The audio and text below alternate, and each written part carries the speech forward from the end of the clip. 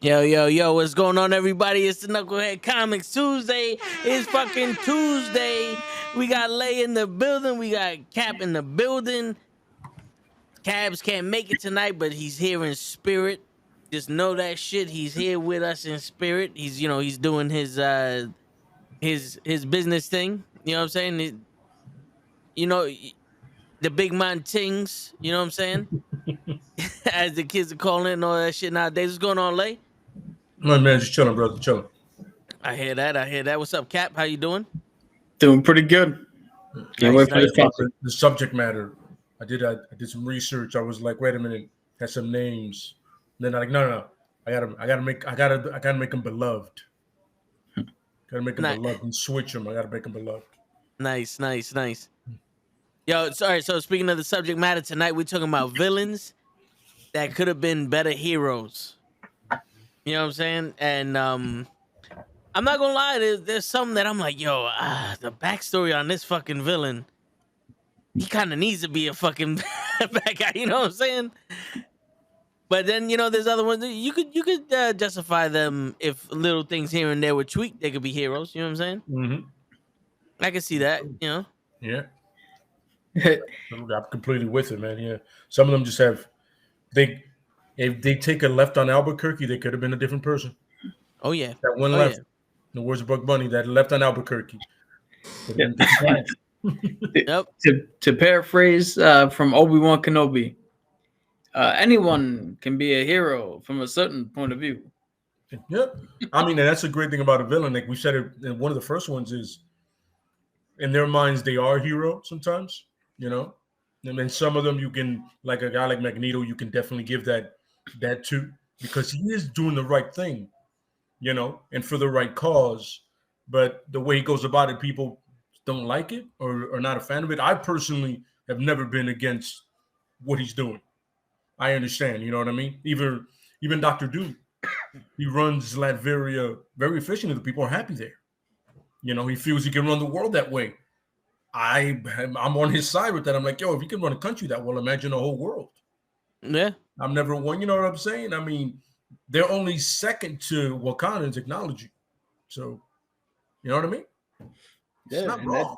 That's what I'm people like the Joker and Carnage that are just there's just madness. You know what I mean? Yeah. Yeah. So yeah.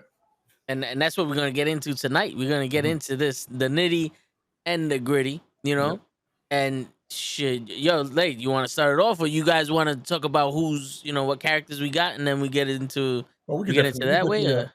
Give her like a little summary, and then go from there. Okay. I will. I'm gonna let Cap start off because I just want to. Nah, just no rhyme or reason. It's like the Joker. I just do. Yeah. Right. So I'm listing all three. Yeah. Little Cap in all three, and then. All right. So I picked Daken. Daken is the 616 universe son of Wolverine. Mm-hmm. He's dabbled in a little bit of goodness before, but I think there's something deeper in there. I also picked the Prowler, who in the Ultimate universe is Aaron Davis, Miles Morales' uncle. He's different in the 616 universe, but I think they kind of blended him now. He's another one I picked. And my creme de la creme that I picked, Mr. Freeze. Yeah. That was good. For anybody who don't know Mr. Freeze, watch the excellent documentary, Batman Forever, where Arnold does 100% the best job you can ever do with that character. It's actually Batman and Robin, but... Oh, is it? Whatever, yeah. Yeah, I remember because I remember to avoid that movie.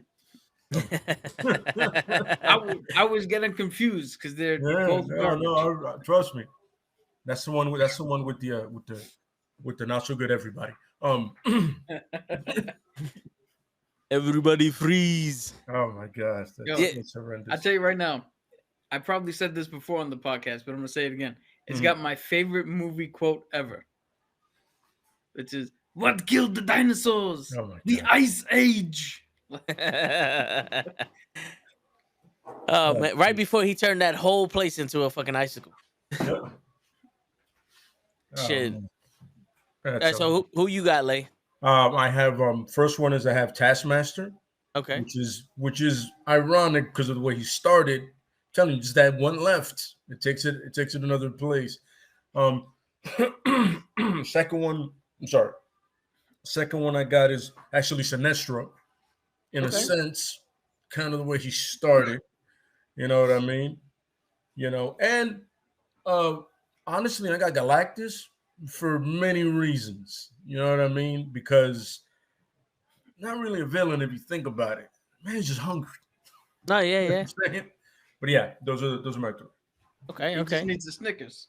Yeah, And it's in the fucking planet. But there you go. yeah, right. Shit. my three I have are Bane, Deathstroke, and And who?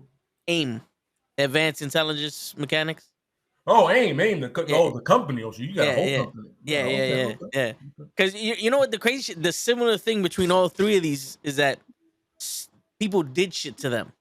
Yeah, You know what I'm saying? So it wasn't like they made the choice; the choice was made for them. So if someone else would have did this shit to them, or that shit would have never happened, these guys could have been some heroes. You know what I'm absolutely. saying? Yeah, I completely understand that. Yeah. And the origin I'm going off of for Bane was Bane's Revenge. So Ah, it's similar to the movie, but not similar. Like there's like one part in the fucking movie of Dark Knight Rises that was similar to this origin, mhm. and it's him being in jail. But So other it's than that, so it's the one where he's serving his father's sentence. yes, yes, Yeah, yeah, yes. yeah. That's Other a than that, that's a that's a fucked up country for that. It's like, yeah, your kid has word, to serve. I'd be like, yo, but I ain't do it. word. Damn, son. But other than that, yeah, yeah. That the other Bane in the movie, And at, Yeah. at the end of nothing, at man. the end of that, I have two heroes that I would flip to villains, and I would Okay, because of how they are as heroes, how you flip them, they would be, I mean, amazing villains. So yeah. Oh, oh Once I yeah. thought about that, I was like, what about the other side of that coin? So I just thought I about that too. shit. I can come up with some. Yeah, man. Yeah, I just did it because when I did those, I was like, all right, those are set. And I was like, wait a minute, what about the other side of this? Oh yeah. And I thought of two right away, and I was like, wait, this one, and yeah, it's perfect. And one is Marvel, one is DC. So there you go. Nice, nice, nice. Mhm. All right, so who you guys want to go first on this? Well, I'm interested in the Bane thing just to see because you Okay. were talking about we pretty much like touched on the origin of it. So Yeah. I want to see what your perception of that is, a hero. Okay. So here's the thing. The origin of Bane in this version is that his father was a revolutionary. That he was a freedom fighter basically, Mm-hmm. and he was fighting for the country, and he fled the country, but he had a child. Now, the country, the government there took the child, which was Bane, brand new fucking newborn child, and they said, "Well, we can't find your father, so you're gonna do the life sentence for him." And they threw the newborn baby in jail. Now, the kid grew up in jail, and he actually got the name Bane in jail from the warden. And he was taught how to read by the inmates, and he was taught how to fight. And he was training every day because he took up bodybuilding so that way he can protect himself. And when he got old enough, he became king of the prison. And when he became king of the prison, he also volunteered for experimental process, which is where it introduced the venom into him, where the venom would increase his strength, his speed, and all that other stuff. But it would have to be on a 12-hour basis. Every 12 hours, he would have to get the venom injected into him, or he would lose his strength and everything. But it's also highly addictive. Like it's a strong dependent for him. And once no one survived these experiments, but he survived. And when he survived it, he actually faked his death to get out of the prison. And he escaped the prison through faking his death and round up a couple of thugs to go after the prison and like get payback for everybody on the fucking prison. Then he wound up going to Gotham for I forgot the specific reason, but he ran into the Batman.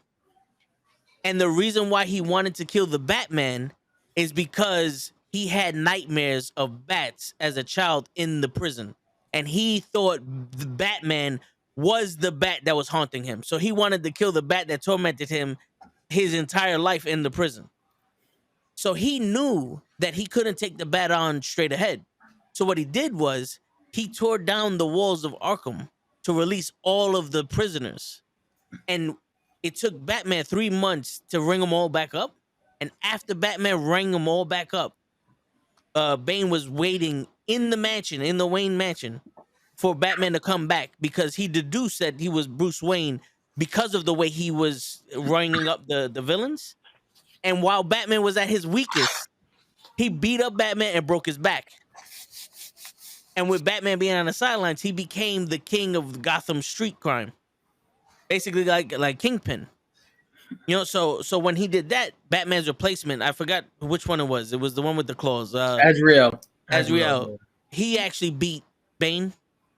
And you know, by cutting the venom off of him and doing that. And then Bane was in jail. And while Batman was learning how to walk again, Bane turned his attention to his father. He was like, I need to find my father and kill that motherfucker because all that shit happened because of his father. You know? So that's the origin of Bane and how he broke the bat. Now imagine if the father took him with him. This kid learning all this shit, being a freedom fighter, would have been somebody that fought for the people that didn't have anybody, you know, protecting them. Absolutely. And with his knowledge and all other shit and his capacity to learn, yep, he probably could have been, you know, like I don't want to say Captain America, but like he could have been a hero for the freedom fight, like tearing down corrupt governments in different countries and you know, doing shit like that. I forgot the name of the fucking thing that I'm looking for the specific name of a person that's like a freedom fighter, but was not a revolutionary, right? Am I? Yeah. Yeah. Oh, okay. So he could have been like a revolutionary type hero, you know? Absolutely. Yeah. So it was just if the father never left him and they never did all that shit and gave him a jail sentence, I see that other side of the coin where he would have been just as smart and powerful. Maybe not with the venom, but that intelligence and the desire to grow physically and mentally and all that could have that vastly helped on the good side of things. I agree. Yeah, I could definitely see that. You know what I mean? Because that dedication, it takes a lot to dedicate yourself like that. Oh yeah. You know what I mean? But then again, you're in prison, so you got no more time. Yeah. So the good thing about prison, time. Oh yeah. And I mean, lots of time. And apparently books, all the books you can read. Absolutely. And all the weights you can lift if you want. Word. Yeah. Nothing says reformity as a fucking 600-pound solid muscle man that can lift up a car. Absolutely correct. He changed. He came in here a rapist, he left a bodybuilder, he changed. That is the pure definition of reform. Word. I'm with that one. That's good. So, in what scenario would you see him as a hero? Like an actual like. Gotta give a scenario where you could see him meeting up with maybe another hero and interacting. You know what I mean? Not Batman though. Somebody else. No. Because everybody be like, "Oh, Batman." I go, "Yeah, I don't think you meet Batman that soon. You meet somebody else before that." I think in this case he would probably run into Ra's al Ghul. Okay. Or who's the Neanderthal that touched the meteor? Randall Savage. Yeah, Randall Savage. There you go. I could see him running into him also because Randall Savage was, you know, he did the outskirts shit, laying low, gathering his money and all that. So yes. Well, that's good. I can see that definitely. Yeah. As for a hero that he run into, I don't off the top of my head. I don't really know ones that'll be like jungle. So I have a suggestion if you're open to it. Okay. So you said he's more like a freedom fighter and less of the venom roided out luchador. Yeah. So what if during one of his missions, his freedom fighting missions, he actually runs into Superman? Oh, okay. And in helping, Superman sees that what do you call it? Like there's a scuffle. He helps out. Superman sees him as almost like a Batman-esque vigilante because of how brutal he is and how he fights and all that shit. But then when they get back to camp, he sees his actual nature, where he's helping out people. He's making sure the supplies are getting put together. He's running the camp, and Superman sees him for more than just the violent side that he saw when they were in the shit in the jungle. And actually, he's like, "Oh, this is somebody we can count on in a humanitarian crisis." Man, that sounds plausible. Like I could definitely see that. The Superman pretty much be all around the world if need be. Him and the Flash can get there within seconds or minutes. So yeah, okay, that one's a good one. I like that one. And then that's how you could slowly bring him in to the Batman thing, because then once Super brings him to the Justice League, he can have his interaction. Oh yeah. I'm with that. That's good. You can even introduce a thing where later on he gets the Venom, but only because now that he sees Superman and he sees other members of the Justice League, a little bit like like my boy John Walker, he's like, "Yo, I'm tremendously outgunned." So when he comes across a shipment of Venom that he stops, he messes around with it, sees what it does, sees how he can control it, and boom. Yeah. Okay. Works for me. There you go. Yeah. That sounds like a win right there. Yeah. Also, he could also run into John Jones, because John Jones, could probably go undercover as somebody. Just like if they're investigating Vandal Savage, Yep. or yeah, so he could probably run into him, and then that could be something also. Absolutely. All right. So all right, one down. You want me to keep going, or you want to do a round table? We do a round. All right. Yeah. All right. Come on, Cap. I'm gonna go next. Yeah. All right, so I picked Dakin. Dakin is the son of Wolverine, like I said, in the 616, the universe, the mainstay universe, the one that's been going on since 19 whatever. So the story with Dakin is in 1946 or 47. Wolverine was in Japan, and he fell in love with a woman. I can't pronounce the name, but it's like Itus. That's how you spell the name. Isuis or Is Isu? Isuis? Isuis? Isus? Yeah. I apologize for anybody who's viewing this from Japan, but Itus, that's her name. Word. Wolverine was off doing something, and what do you call it? His mom died while pregnant to Dakin. And a colonel ripped Son of the year. Ripped him out of the mom and took him and raised him. They fucking did the same shit with Wolverine. They put the adamantium on him. He's got 2 claws that come here, and I believe 1 that comes out on this side. His wrist. Yeah. Not the wrist. And in the actual version, he is born and bred to hate Wolverine and just fuck up everything Wolverine does. Because he believes that Wolverine did nothing to save his mom. It was his fault that she even got hurt in the first place. Who's his mom? Just a normal human? Yeah. So Okay. regular.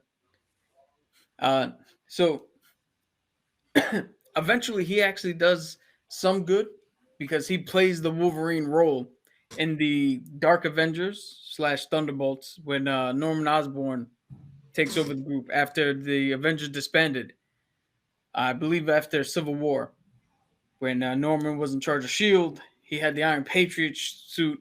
He had his whole team with him and Dakin and Ares, a whole bunch of other villains. Venom was on there for a little bit. So in my line, we're going to have the same exact thing happen. The only difference is Wolverine's going to get to him earlier. and Wolverine's going to explain the situation and try to take him under his wing. It's not going to work. Daken's still going to be a fucking asshole, but he's going to see the admiration that everybody has for Wolverine, and he's going to go, you know how you hurt this man? You become better than him. And in spite of Wolverine, he's going to try to become the better hero, where he's going to legit save more. He's going to try to save more people, be involved more with the Avengers.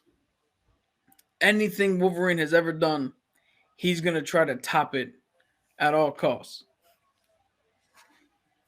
And not he's not in a way that is like, fuck you, I'm doing it. But like in a legit, okay, people seem to love you because you're a hero. Wait until they see me. Okay. And he's going to actually, it's going to be a situation where Daken is out with Wolverine and Captain America.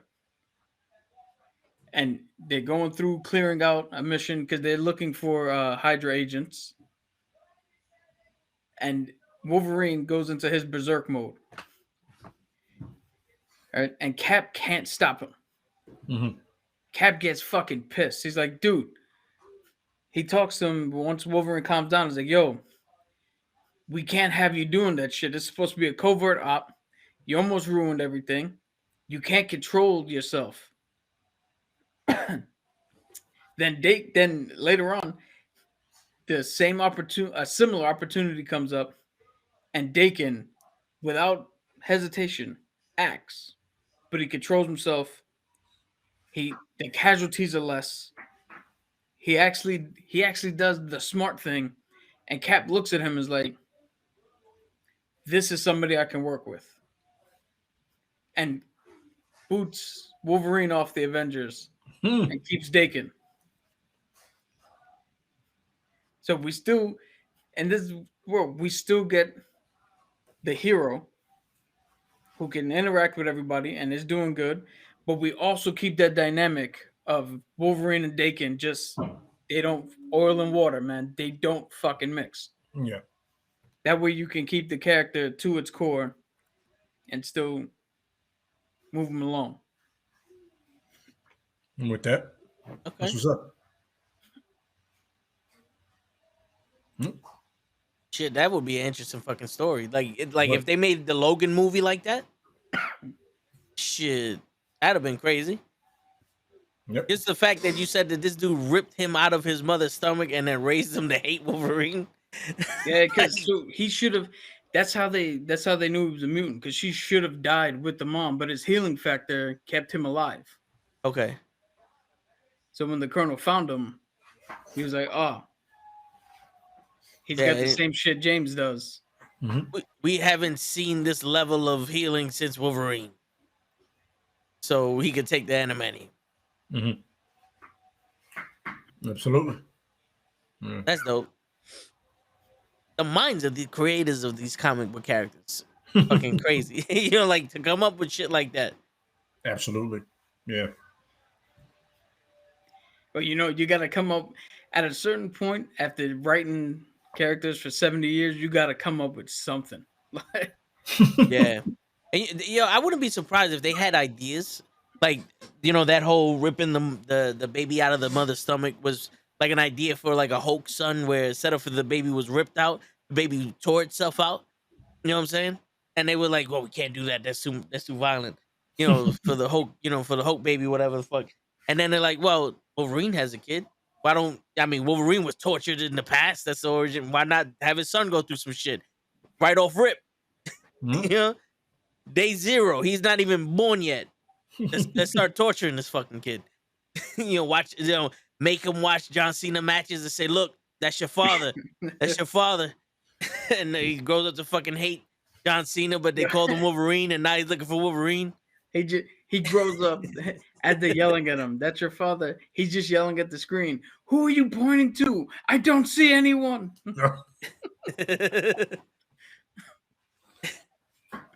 Or maybe he just took that "you can't see me" personal. He's like, he's speaking to me. That's my father, and I can't see him. Everyone else can see him but me. That motherfucker.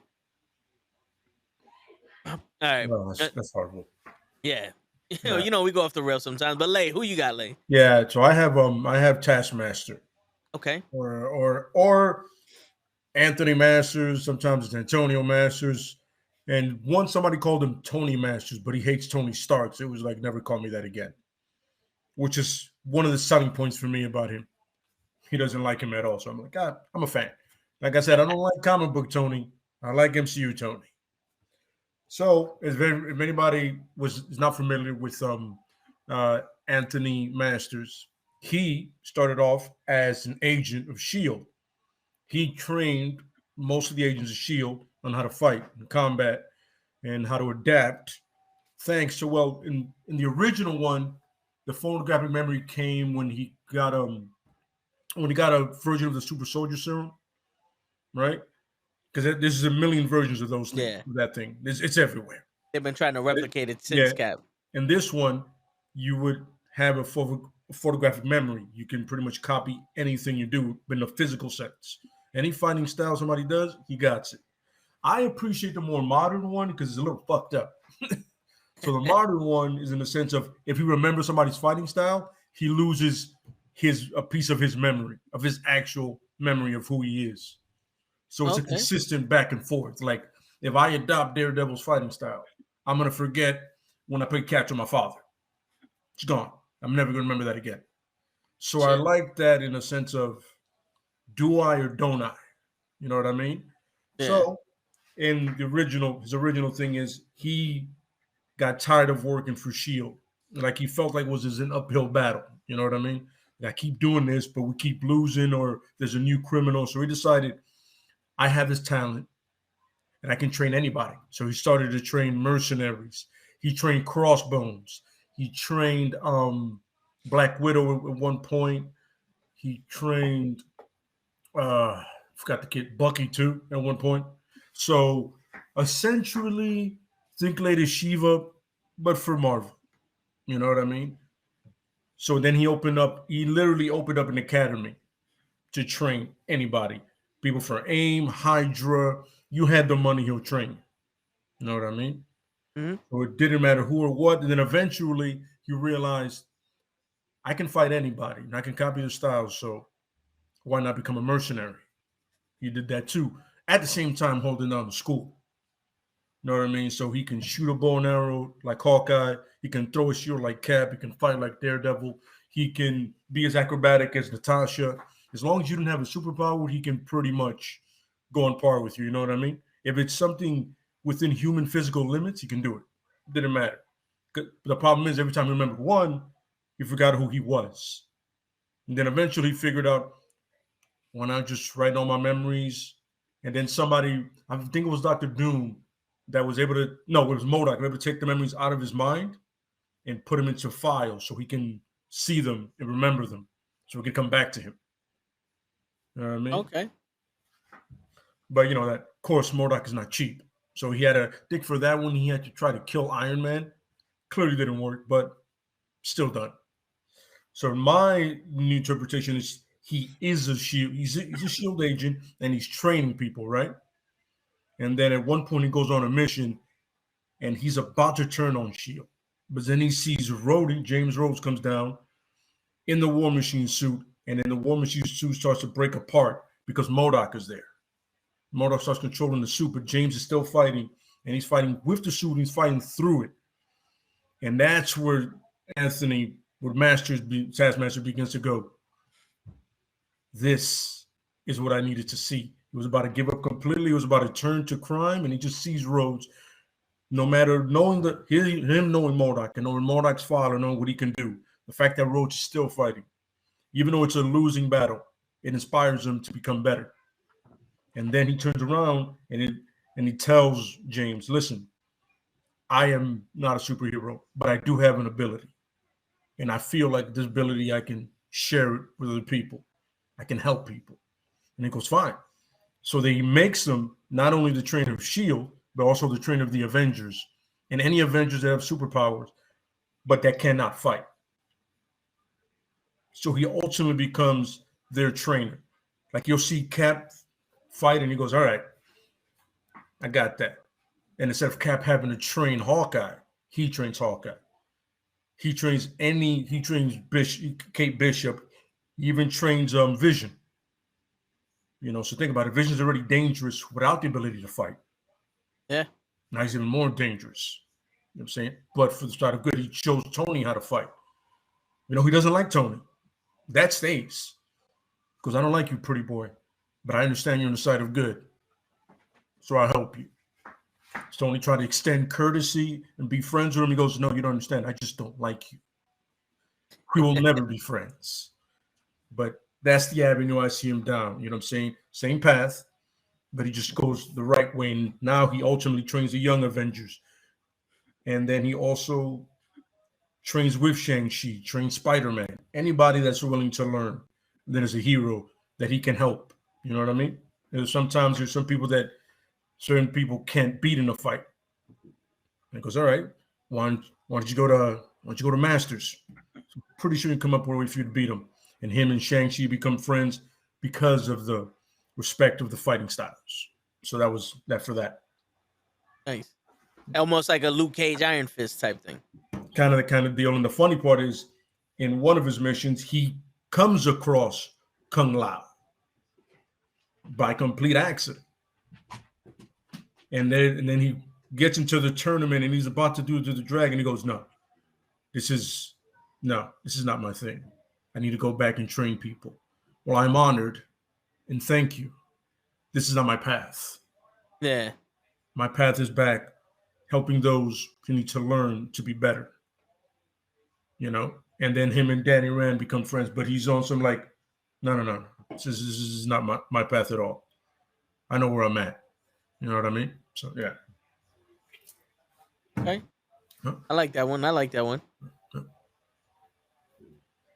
It's pretty good. Yeah, you put some hell of a thought into that one. I'm over here thinking I'm about to be on some. All right, so where's this where you made up where he meets people? And then I realized once you was talking about War Machine fighting through all that shit, I was like, no, Lay made this up. Yeah. Lay made this up. The first half of it is what actually happened with him. Yeah. The other part is when he turns into the hero, which made more, which is becomes. Yeah. That villain becomes a better hero, which is true because with that knowledge, you can pass it on through a lot of people. It's not just kept to you when you're doing it. It's like, oh, I'm seeing, all right, so I watched Daredevil fight Cap and I watched Spider-Man fight Shang-Chi. This is all in the head. It's already informed. And somebody, I'm pretty sure between Tony, Black Panther, and Reed Richards and coming away to keep what he can do and keep his memories too. Those are three of the smartest minds in Marvel. I'm pretty sure they can figure something out for him because think about it. He's an asset that everybody wants. He can learn it, then he can show people. It's perfect, man. And also, the Invisible Woman, isn't she a neuro doctor or some kind of doctor like that? Who's that? The Invisible Woman, Sue Storm. Yeah, isn't she? I think she is. Yeah, people forget that she's also a scientist. Yeah, everybody always forgets that. Yeah, a neural engineer, I think, something like that. Yeah. But that's what I'm saying. It's the beginning is how it went, and then him becoming a hero. Yeah, the easiest path is just realizing. Yeah. Yeah. And let's not forget, Professor X. Absolutely. The guy that literally goes into your mind and builds walls. Yeah, but he has because of what happened to him, he has a little mistrust for. A lot of mind stuff. Yeah. Like he's missing memories. Like I just wanted to stop. I'm a good here. Just make it stop. Whatever I forgot, I can't do anything about right now. Yeah. You know what I'm saying? So, yeah. That's dope. I'm just so glad that most of what you said about the origins made it into the Black Widow movie. Oh, of course, 100% of it did. Oh yeah. I mean, first of all, you understood that it was a man. Two, which I have no problem with gender swapping, but there's a great character under Taskmaster that was not shown at all. And the funny part is in one part in the comics, he became an anti-hero, and he was him and Deadpool worked together for a long time. Like they got along very well. Because remember, he's him and Moon Knight and Deadpool are the two people he hated to copy. Moon Knight because he'd be willing to get his ass whooped in order to win a fight, and then Deadpool because he's so unpredictable. It's like I have no idea what he's going to do. So you can't copy somebody that's lost their mind. That's it. Seriously, yeah. That's what's up, though. I like that. I like that one. Yeah, my next character is, well, he's not similar to Taskmaster, but like the look is with Deathstroke.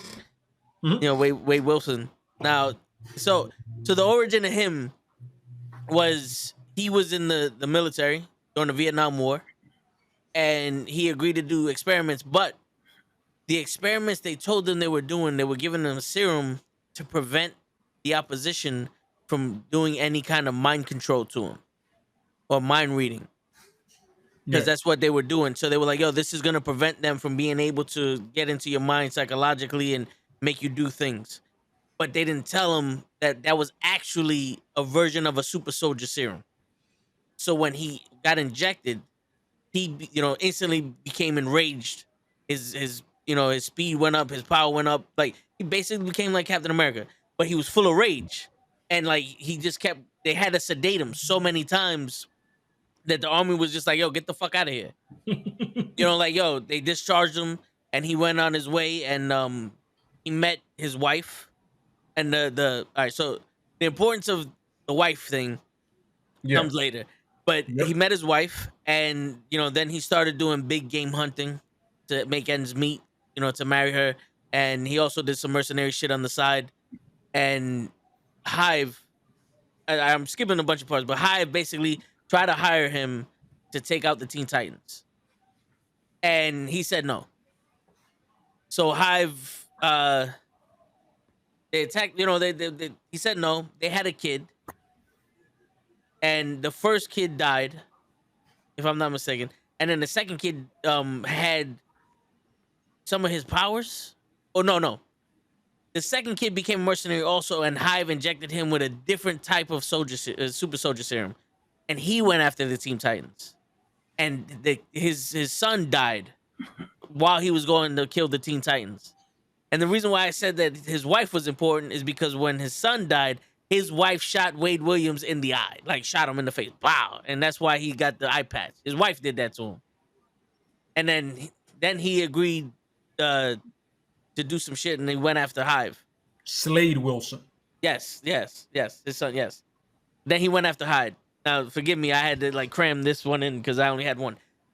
But so in my story, they told him in the beginning that they were putting like he was being experimented to be a better soldier, more strength, speed, all this other stuff. It wasn't a lie. Mm-hmm. Because once they told him that shit, like he didn't trust anybody. He wasn't trusting nobody, and he agreed to it. And they took the necessary precautions because they no longer had to lie, to him.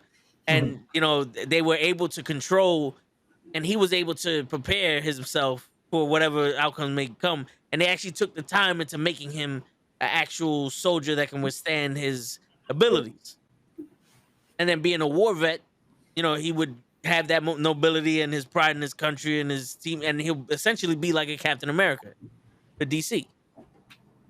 And then instead of having to be a mercenary, he could be a part of the Justice League, or not a mercenary, but a hired gun for the military, or for the government. Mm-hmm. Going after people, the terrorists. Like the Joker is gonna blow up Gotham. Deathstroke, go stop. Go help Batman stop. Lex Luthor's trying to take over the fucking planet with some shit. Deathstroke, go stop him. He's everywhere. He's gonna be his own Task Force X. Yeah, yeah, pretty much. So that's where I got so far with him. But I thought the origin of that was crazy because they basically did to him what they did to the Red Wings. Like, the African Americans during the war is like, oh, this is for whatever, and they injected syphilis into him just to see what the fuck it does. I think they told him it was tuberculosis. I think. Yeah, Yeah, it was something something. But then again, he also lied about his age. He joined when he was 16 instead of 18. But he adapted to everything very.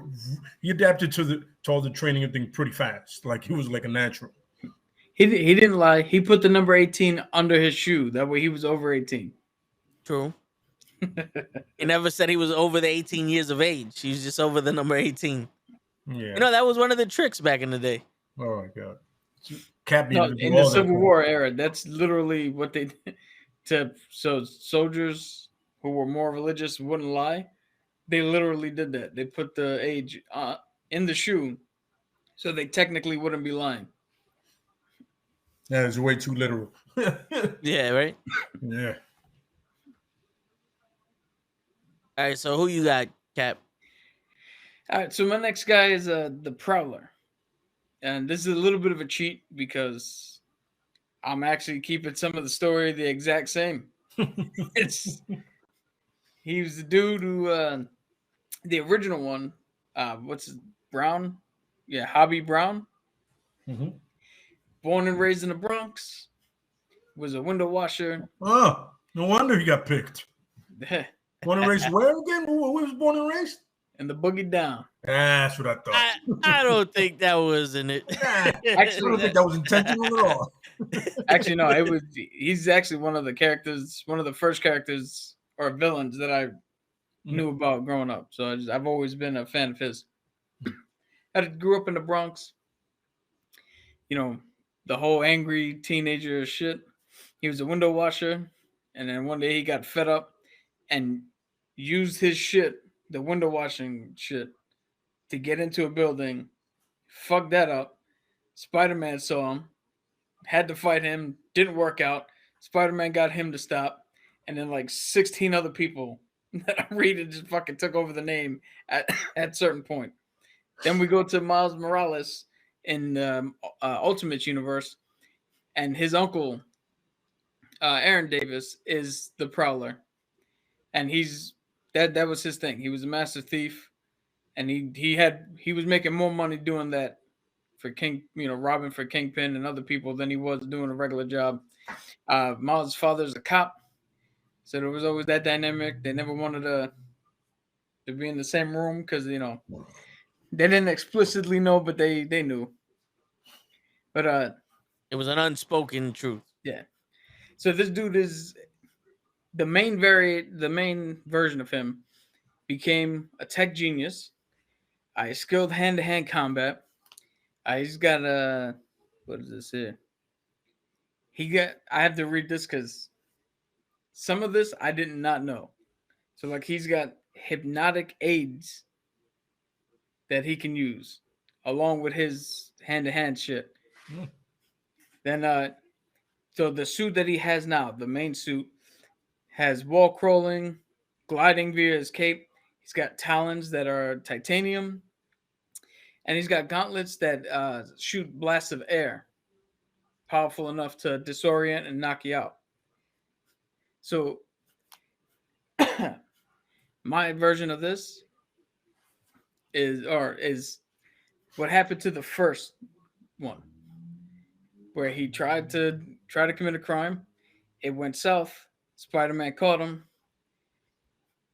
Him and Spider-Man had a lengthy talk about why he wanted to commit this crime. Because that's the one thing you never see from heroes and villains, or even in real life most of the time. Nobody ever tries to get to the root of why. They just deal with the consequence. They did in Spider-Man No Way Home. Oh, wait. Hey, yo. He got you there. But ain't no getting me. We know my history with that. All right, so he has the conversation. Yeah.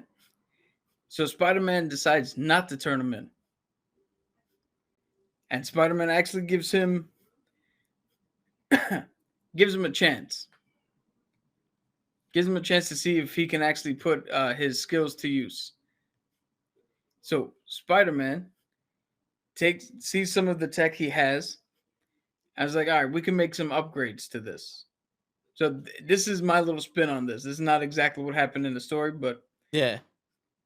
he puts a little spin on it, upgrades his armor to now he can do the wall crawling. He can do the gliding. This version's got a little bit of a, not a web shooter, but like a grappling thing for him to get around. And Peter Parker looks at him and goes, all right, I can't be at this event, but I need somebody, but Spider-Man has to be there. I can't personally make it. You put on the suit. You go. So Peter Parker, who's concealed his identity, he hasn't told Robbie who he is. He's there taking pictures. Robbie shows up as Spider-Man, which this actually happened from time to time. He shows up as Spider-Man. The Rhino shows up. Now Peter instantly is like, oh, I gotta go change. But Robbie actually handles the Rhino with the air blast. With Rhino's like, oh, that's the web. I know what that does. Nope. Grapples him, pulls him forward, like completely disorients him because he looks like Spider-Man, but he doesn't fight like him, and he's got slightly different gear. And it confused the Rhino and gave Robbie a chance to overtake him. So Peter looks at him and was like, damn, that's pretty impressive what you just did. You just took out the Rhino, and you did it without a sewer cover swinging overhead. So then, so Spider-Man's like, cool. Now I know I can count on you if I need you to be me from time to time. But in the meantime, I can call on you as yourself if I ever need it. And he becomes almost like a protege / small sidekick to Peter Parker. And anytime Peter needs help, or anytime Spider-Man needs to be somewhere and he needs something to happen somewhere else, Prowler goes deal with that problem so that he can technically be at two places at once. And nobody knows the identity of, this is the best part, nobody knows the identity of the Prowler or that the Prowler exists, because all they keep hearing is somebody crawled up on a wall, swung on a fucking web, and did some shit. So everybody thinks that this is Spider-Man, who just became way more efficient. But it's the Prowler behind the scenes helping out. Nice. Okay. Okay. Yeah, I just, for this one, like I said, there's like 8 people who took the name, so I had to pick one and go with it. Yeah. Nah, I hear you. All right, I like that one. That was a good one, because I remember when we talked about the Prowler or Miles Morales, they mentioned that he played Spider-Man from time to time. Mm-hmm. So was that when Spider-Man was hurt, or that was just to help him cover his identity? It's similar to what I said, where Parker and Spider-Man needed to be someplace at one time, but they obviously couldn't. So he just tasked him to, hey, show up in the suit and do some shit. All right. That's pretty much how every superhero with an alter ego goes in two places at once. They find the one person that's like, I think the suit will fit you. Wear this and stand there, and I'll be in the crowd. Shit. But all right, Lay, who you got now? Who's your second person? My second person is Sinestro.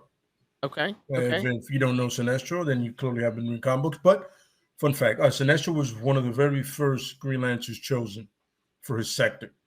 Sinestro was actually a soldier and then became a general in the army. I always forget the name of the army, but it's Intergalactic Army. But the point is, the Guardians go, he already has experience, so it makes sense to pick him to wield it. And he has one of the strongest wills of all the Lanterns. So that helps, because, if you know anything about the Lanterns, the Green Lanterns more specifically, it's willpower. Willpower is, the stronger your will, the stronger your constructs will be, the stronger you are as a Lantern. Only problem with Sinestro is he had a very sadistic side to him because of the wars and everything he's done and everything. He has very cynical way of seeing things. So uh, once Hal Jordan came, he kind of saw Hal Jordan as being not as cynical, and he was trying to make him his protege at first because when Hal came, the person tasked with training him because when a new Green Lantern comes and the ring chooses a new Lantern, they usually pair them with a veteran Lantern to train them. That was Sinestro. But the problem is, Sinestro was trying to impart his ideals and his beliefs onto Hal. But Hal was just not that guy, you know what I mean? And is egotistical and kind of douchey the Hal is. Nothing like Guy Gardner, by the way. But he has a really good heart. So he saw what Sinestro was trying to do and taking over the Lantern Corps and kind of run it his own way, and he stopped him. But that didn't stop Sinestro from making his own Lantern Corps, the Yellow Lantern, and they run off fear. And if you know anything about Lanterns, there's like 100 of clans now at this point. There's a Gold Lantern. I still don't know anything about that. Just trying to figure that one out too. But Sinestro had the Lanterns of Fear. Yellow is their color. You know what I mean? And he embraced it fully, and he got a bunch of people under it, and pretty much became Hal Jordan's arch nemesis. Like his Joker, his Lex Luthor, his Mandarin. Not the one for part 3, folks. Fuck that Mandarin. The one from Shang-Chi. Justice for flattery. Yeah. Not the orange. It's funny because even though that guy was in it, he was funny, but still. Props to Ben Kingsley for getting that Disney money anyway, my man. Money. Props to you, brother. But yeah, and I thought that was probably the one good thing about Green Lantern the movie was Mark Strong, which I'm a huge fan of Mark Strong. And I want him to play Dr. Freeze, Matt Reeves, you heard it. I definitely, but he played a great Sinestro because you can see it. You know what I mean? Have you ever seen Sherlock Holmes, the first one? He's the villain in that one. You can easily hate him, but you can also understand where he's coming from. Yeah. And Sinestro, when he made his points about, sometimes things have to be done a certain way. You have to be more brutal and more tactical. In a way, he makes sense. But it just takes things a little too far. Now, the way I would make him a better hero is he's called into another sector to help out another Lantern. All right?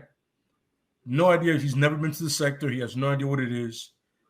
And then he goes into the planet and he realizes how the people on this planet are living and the tyrant that controls it. He was like, I understand having an iron fist, but this is insane. This doesn't make any sense.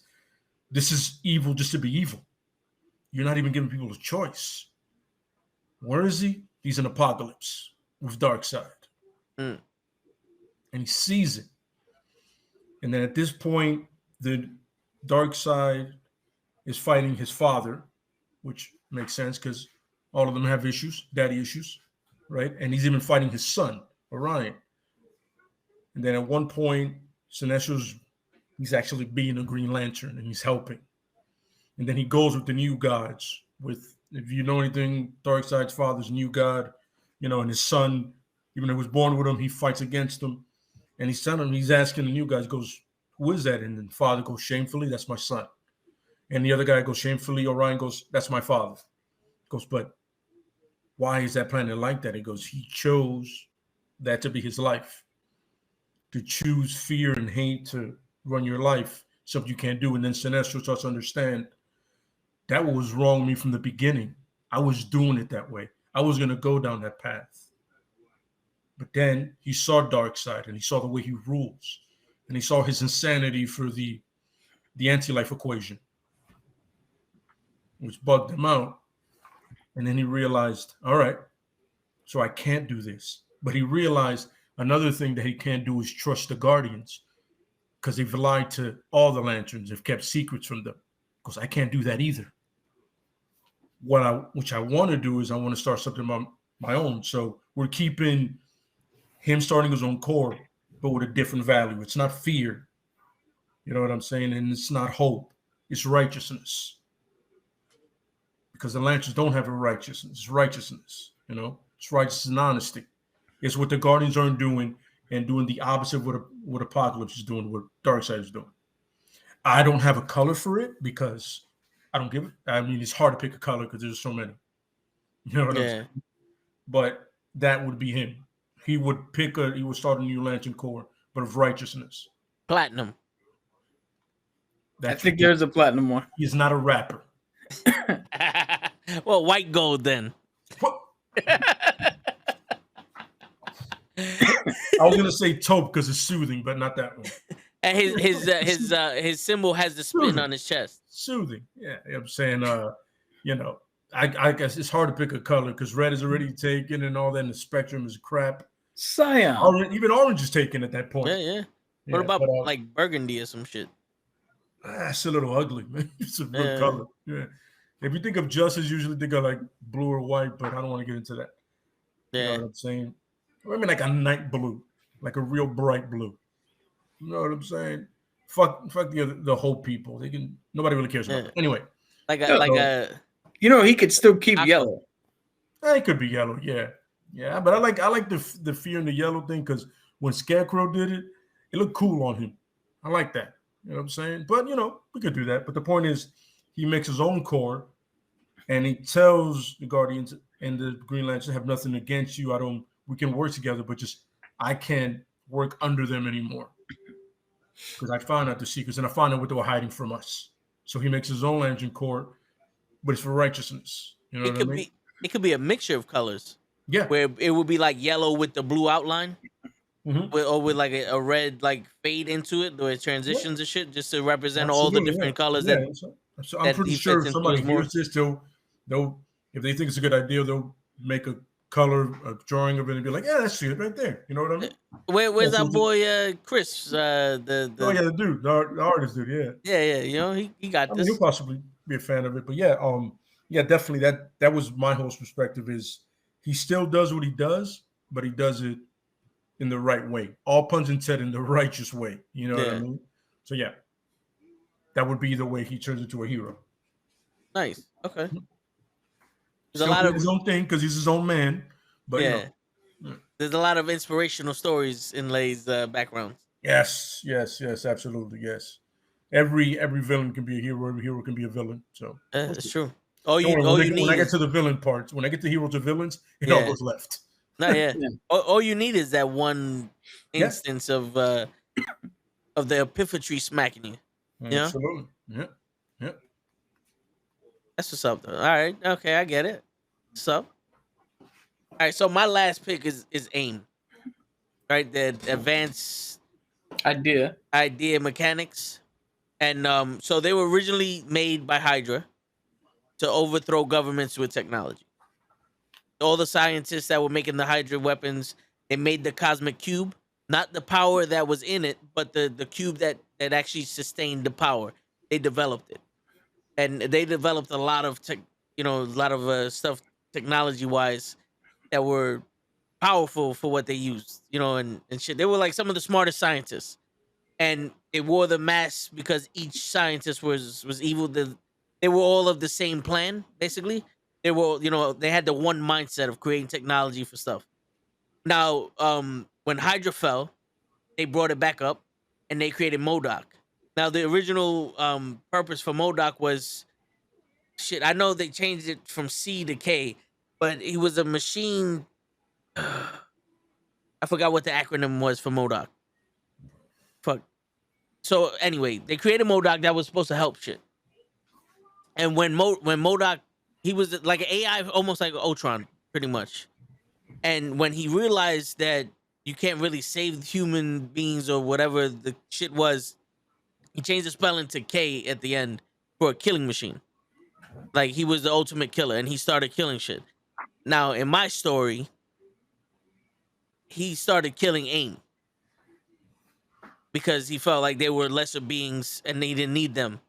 And then he started killing like civilians, and going around trying to kill the Avengers. And he was successful with it because you have the greatest minds making one of the biggest brains, and he's unleashed now.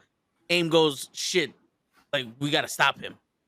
Like Iron Man can't do it because they don't know this technology, because they're using Hydra technology that wasn't documented because it was technically under AIM during World War II. So all the files that Shield got off of Hydra, that wasn't in there. Like Reed Richards was trying to fight him, but he couldn't. Like he didn't have enough time to study MODOK because MODOK kept changing his algorithm or whatever that was going on. So AIM was like, "Yo, listen, we gotta stop him, unless we're gonna end humanity." So they step up and help Reed Richards and Iron Man develop the technology to stop him from being so advanced, and with able, basically bring them down to their level of, defending themselves. And while they're doing this, some of the scientists are like, yo, this is what I thought we was doing to begin with. When they realized when they created MODOK and he started killing people, that their whole entire past was just killing people and like destruction and nothing they stood for. They were just blinded by the Hydra code of ethics, and it never changed when Hydra left. It was just AIM. So they decided once they took down MODOK that they were going to change who they were and almost be like a technology assistant to SHIELD, but also do their own thing and protect the planet.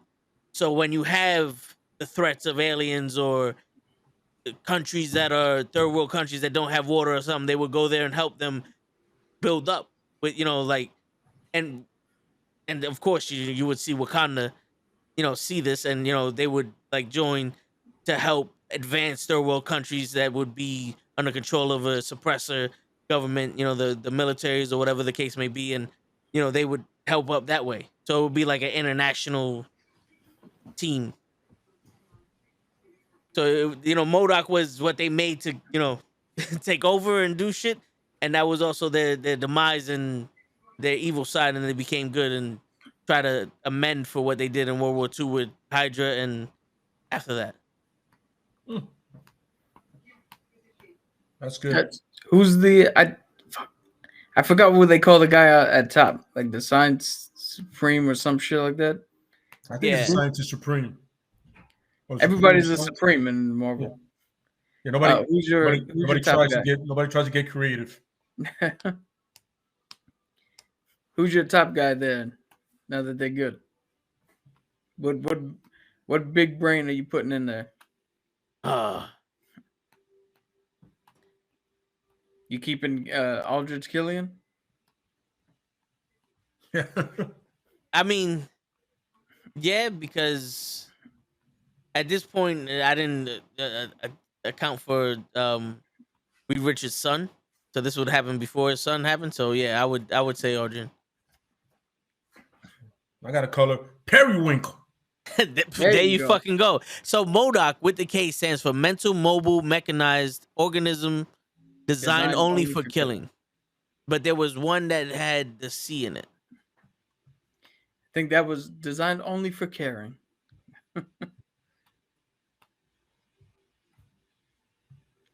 It could have been like designed only for computing, maybe. Oh, okay. So the one with the C is mental organism designed only for conquest. Why'd they change it to kill him? Well, he became a killer. He felt like the only. And that part of conquering? He pulled the Jay-Z and went from a god to a king. Yeah. Yeah, so that's what it was.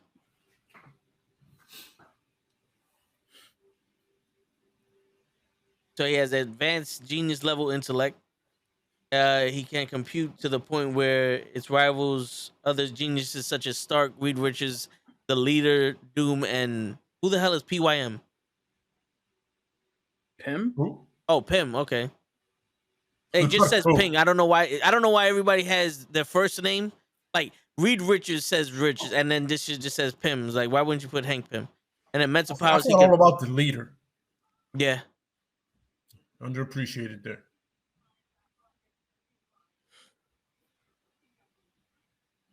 So he can fire a mental bolt that can harm and destroy the mind and body of his opponents, long to medium range. He can also control minds. Doesn't he also have what the fuck they call it? Not telepath, but like technopath. He's a technopath. Yeah, he can control technology. Mm-hmm. It's like one of his main things. Yes, I believe so. Yeah. That's why he hates the Hulk. Very low tech there. Word. Yeah. Even his brain is low tech. It's just rage. Amen.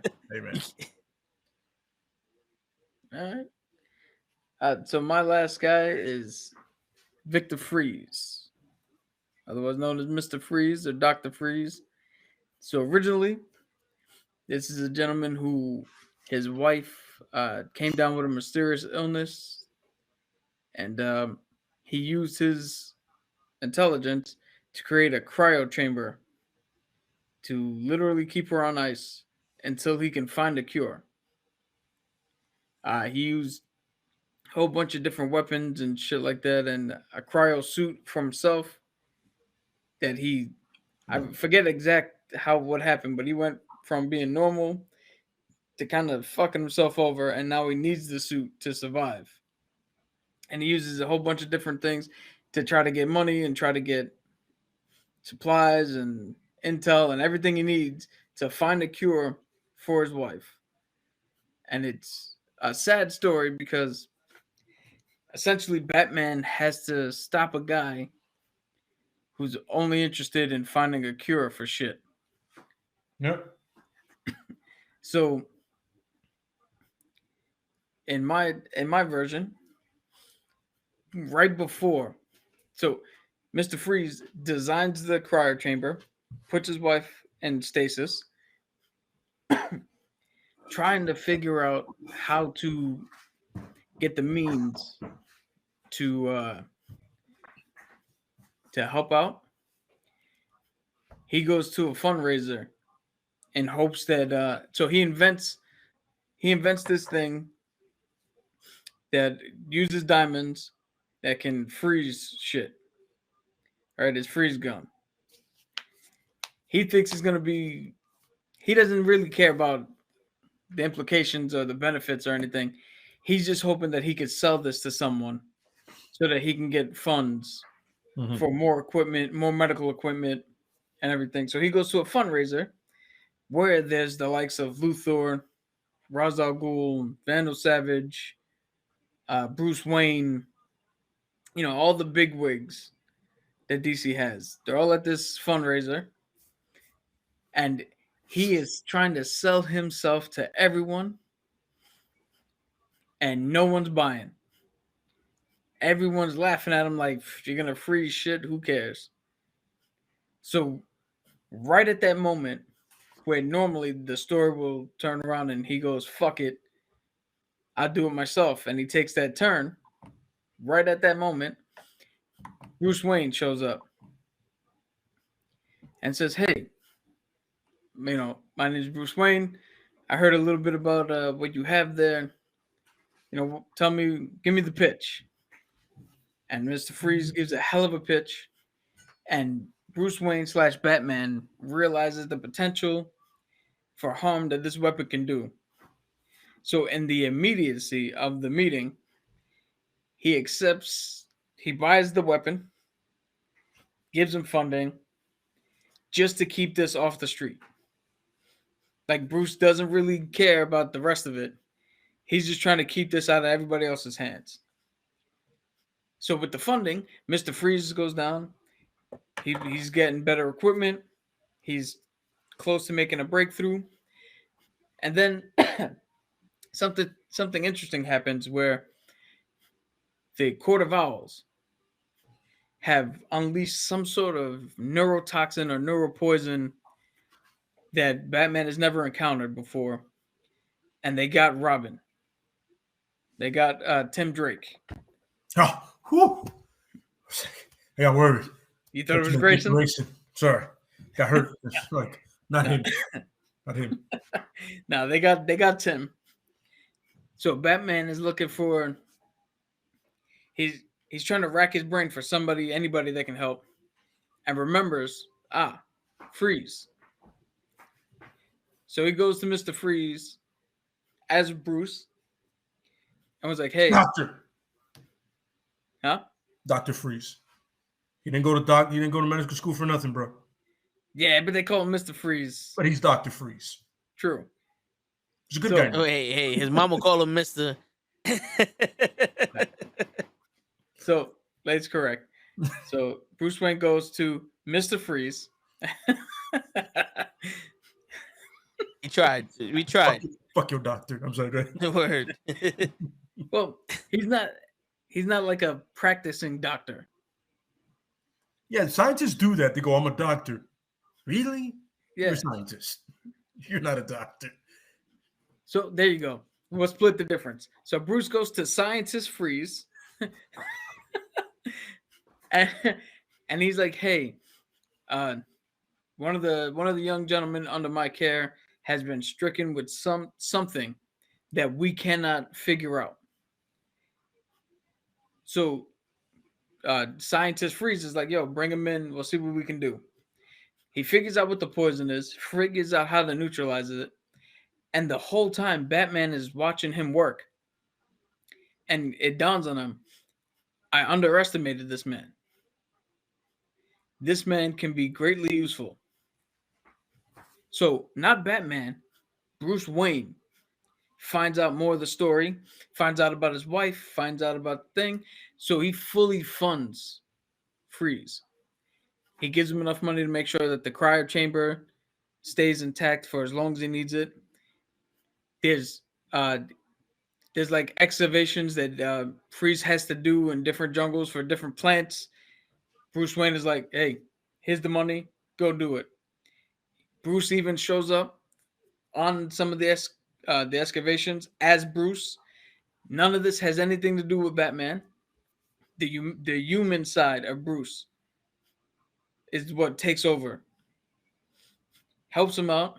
And from time to time, when Lucius Fox can't figure out a problem or Alfred can't figure out a problem, they go to Freeze. And Freeze is like, of course, whatever you need, I got you. And he helps out. And then there's a breakthrough. And they actually find a cure. They give it to Freeze's wife. She recovers. Turns out to be a huge advancement in medicine that now Wayne Enterprise has. And he puts Dr. Freeze in position. Scientist Freeze. Yeah. He puts him in position in Wayne Industries, similar to Lucius Fox on the developmental side of tech. He is now on the medicine side of Wayne Enterprises. And together, him, Lucius, and Bruce figure out how to slowly make Gotham and the world a better place. And all being a hero without having to put on a suit and without having to fight Batman. Okay. Mm-hmm. I mean, that seems like the logical step because all Victor Freeze really needed was some kind of help. You know?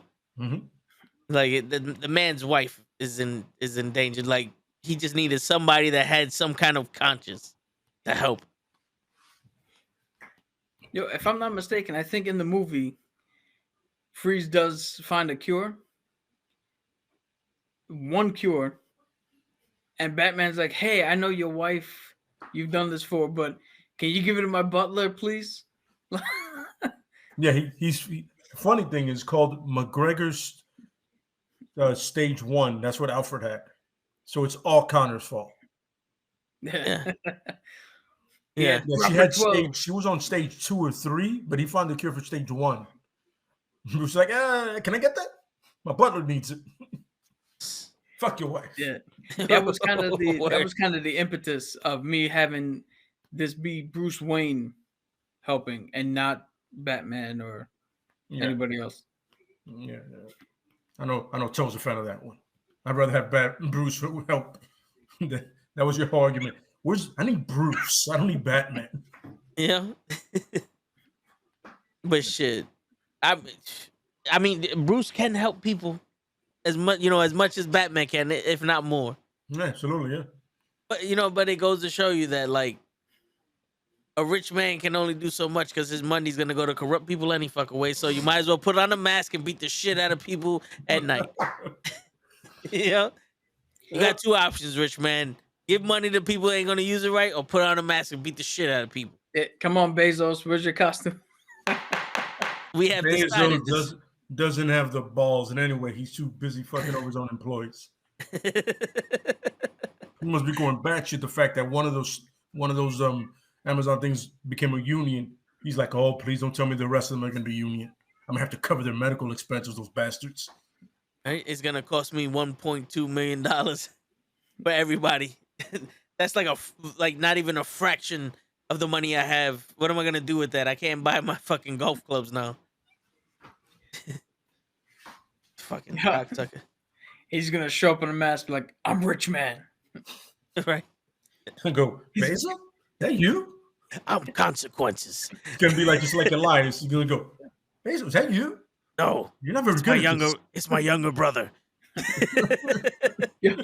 He's gonna show up right as somebody's gonna go on a bathroom break and look at the foreman. Where are those employees going? Shit. Oh man, that's horrendous. He's like, I have to pay for your health insurance. Well, now I'm gonna make you use it. Yeah, he just shows up. It's time for your physical. The premium just went up. Oh my god. Oh man. Shit. I mean, that's a pretty cool concept. Like, yeah, rich people that could be superheroes now. Dude, all of them, that is comics. Most of the comics are rich people who can become superheroes. That's a great superpower, being rich. Yeah. That's the one. It's the one superpower that doesn't have weaknesses. Batman is rich and can beat anyone. Iron Man is rich and can beat anyone. He beat Thanos. Like, just because he's rich.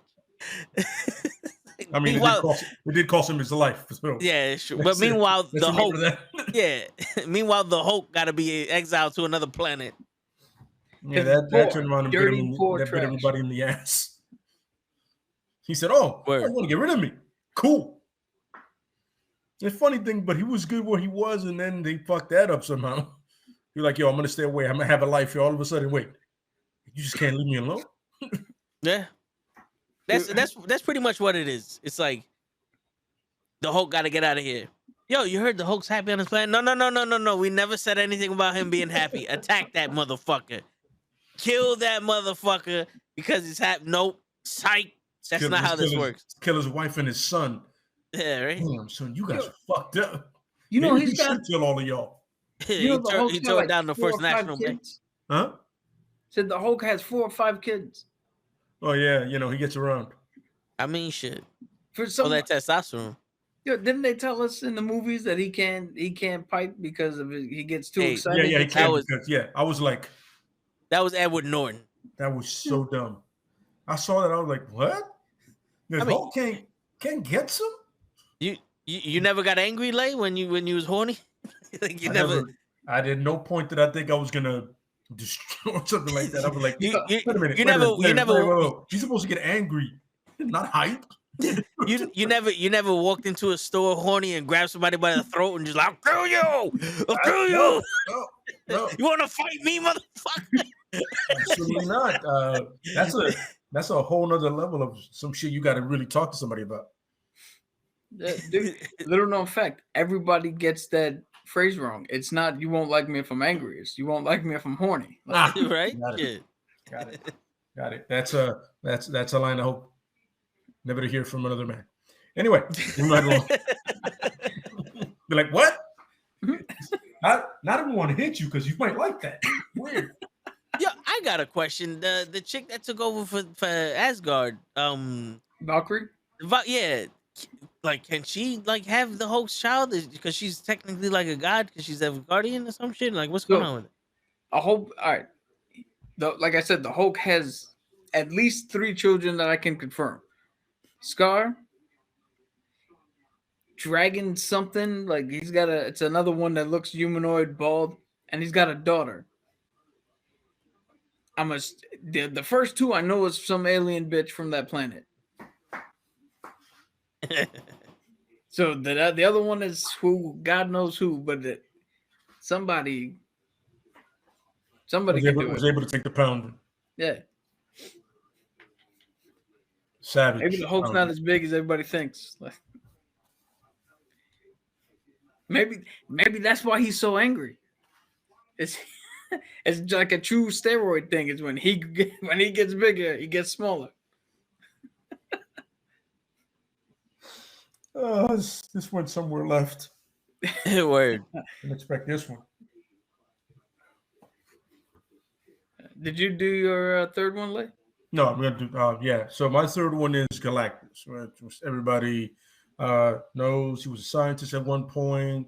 Chose to, save his planet. He said yes, but unfortunately, the downside was, in order to sustain his hunger with engineering, he has to literally eat a planet. And I'm not talking about like chips. I'm not talking about like a steak. So like, he has Harold's, Silver Surfer, his most famous Harold, but he's had plenty of other ones. I don't know a lot of their names because, not to be remembered, honestly. You know what I'm saying? But his most famous is Silver Surfer. And my whole thing with his is, instead of devouring the planets, he would reverse engineer, because he's still a scientist. Don't forget that. To save planets. And he would find a way to sustain himself doing that. Getting rid of all the bad, turning into something he can actually eat. He's still Galactus. I'm not changing anything about him not being this massive. He's not a fucking cloud, by the way. Fuck Fantastic Four. Are you sure? Yeah, I'm damn sure. I'm pretty sure I saw a cloud. Is he a Dr. Cloud? No, he's a scientist cloud. Oh, okay, yeah, okay, that makes more sense. That we saw was a Dr. Cloud. He's a fucking scientist. But anyway, moving right along. He would, instead of eating the planets in order to sustain himself, he would reverse it and he would bring life to the planets. So, perfect example. Thanos destroys Titan because he's a douche. Stop the savior shit. He's a douchebag. All right? He did that shit for death, not because he wanted to bring balance. They just made that really cool in the MCU. Yeah. He just wanted to impress a chick, and she still went with Deadpool with an asshole. Yep. Life lesson, kids. Anyway, nice guys finish last. Yeah, coming back. But make no mistake, Thanos was never nice. So he goes to Titan. He sees what happens, and he fixes it.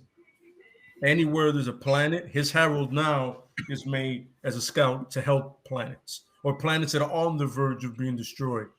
The planet's on the verge, but he tells him, listen, I do this once. Don't fuck up your planet, then come back here and show you love again. You get one shot. Like Spider-Man and Family Guy. Everybody gets one, right, Spidey? Yep. One. You get one. I come save your planet once, unless it's something that you had nothing to do with it, some catastrophe, I'm only here once. You know what I'm saying? I'm not going to come back because you guys decided you wanted to dump some dirt into your ocean. Good luck with that. Let me know how it works out for you. Figure it out. Word. I mean, but his whole purpose is, and not just in the planet, not just in his not just in his universe, but multiverses. You know what I mean? You go to other multiverses and go, and Harold can go in between dimensions. Think America and Chavez, but Silver Surfer. Saying? With the power of cosmic, punches a hole, it goes through, it goes to this planet here. So his whole thing is from Devourer to Savior now. You know what I mean? So a little simpler than everybody else's stuff, but I think it'll work. Instead of fearing Galactus, you're like, yo, I hope he comes through, man, because we're asked out. We have very few options. Word. See if you see that silver motherfucker flying around. Go out there, see if we can flag him down. Yo, this is our one. This is our one. We need one. So here's a question I have for you. His heralds. Mm-hmm. Instead of taking people and, having that 50-50, either they're already evil or you got to force them to do it. Mm-hmm. Does he now get his heralds from planets he saved? Well, who he now want to help him out, or he'll give his herald. He'll go to the very first planet. He'll give the herald the choice. He goes, I need a herald, and if anyone, and usually the herald's gonna be some dude that has nothing for him on that planet. You're like, yo, listen, man, I lie to you. I got no family here. I don't want to be here anymore. What do you say? You know what I mean? But in the same thing, he does see the nobility and the honesty in the person. You know what I mean? So it has to be something like that. Or correction, not the person, the being, because it could be from another planet. Now I don't want to say person because that's not even generalizing. It's just being like, oh, human beings are little people around. No, they're not. The only beings around. So it's one of those where, like, I need a herald. He explains what it is. It's like a job interview. Dude's like, yeah, I got in here. Family's dead. What do you say? Right, shit. And it has someone that's always want to explore the universe too. You know what I mean? So yeah. And then that guy might settle down on another planet. He gets somebody else. You know what I mean? Oh, what if they had to go down to that planet and like stop the tyranny or the destruction of the planet before he could save it? Like, they needed a Silver Surfer to that go. Is where he contacts people that he knows, the Guardians, Captain Marvel, whatever, Nova. His thing is to replenish. He's not there to fight anybody. Well, that's where you would have the Surfer. No, the Surfer detects a planet and then punches hole and be like, yo, these, put it like that, they're as peaceful as they get. They're almost like Mormons. They help you carry cocaine somewhere, but that's about it. Okay, I get you. Oh, so maybe anything you want to fight somebody, Nova, the Guardians, Ms. Marvel, whoever else, just not him. Okay. So maybe the way he gets his heralds are the planets that don't heed his warning for you don't get this a second time. Like, he'll be able to judge the people that were actually trying to save it or trying to keep it the way it was, and keep, like, maybe you have one or two people that deserve to live, but your planet's fucking dead. Boom. Now you want to go find other planets that we could save to redeem yourself or whatever the fuck, because you let this shit happen. Yeah, I also got another idea, if you don't mind, for the herald. No, please.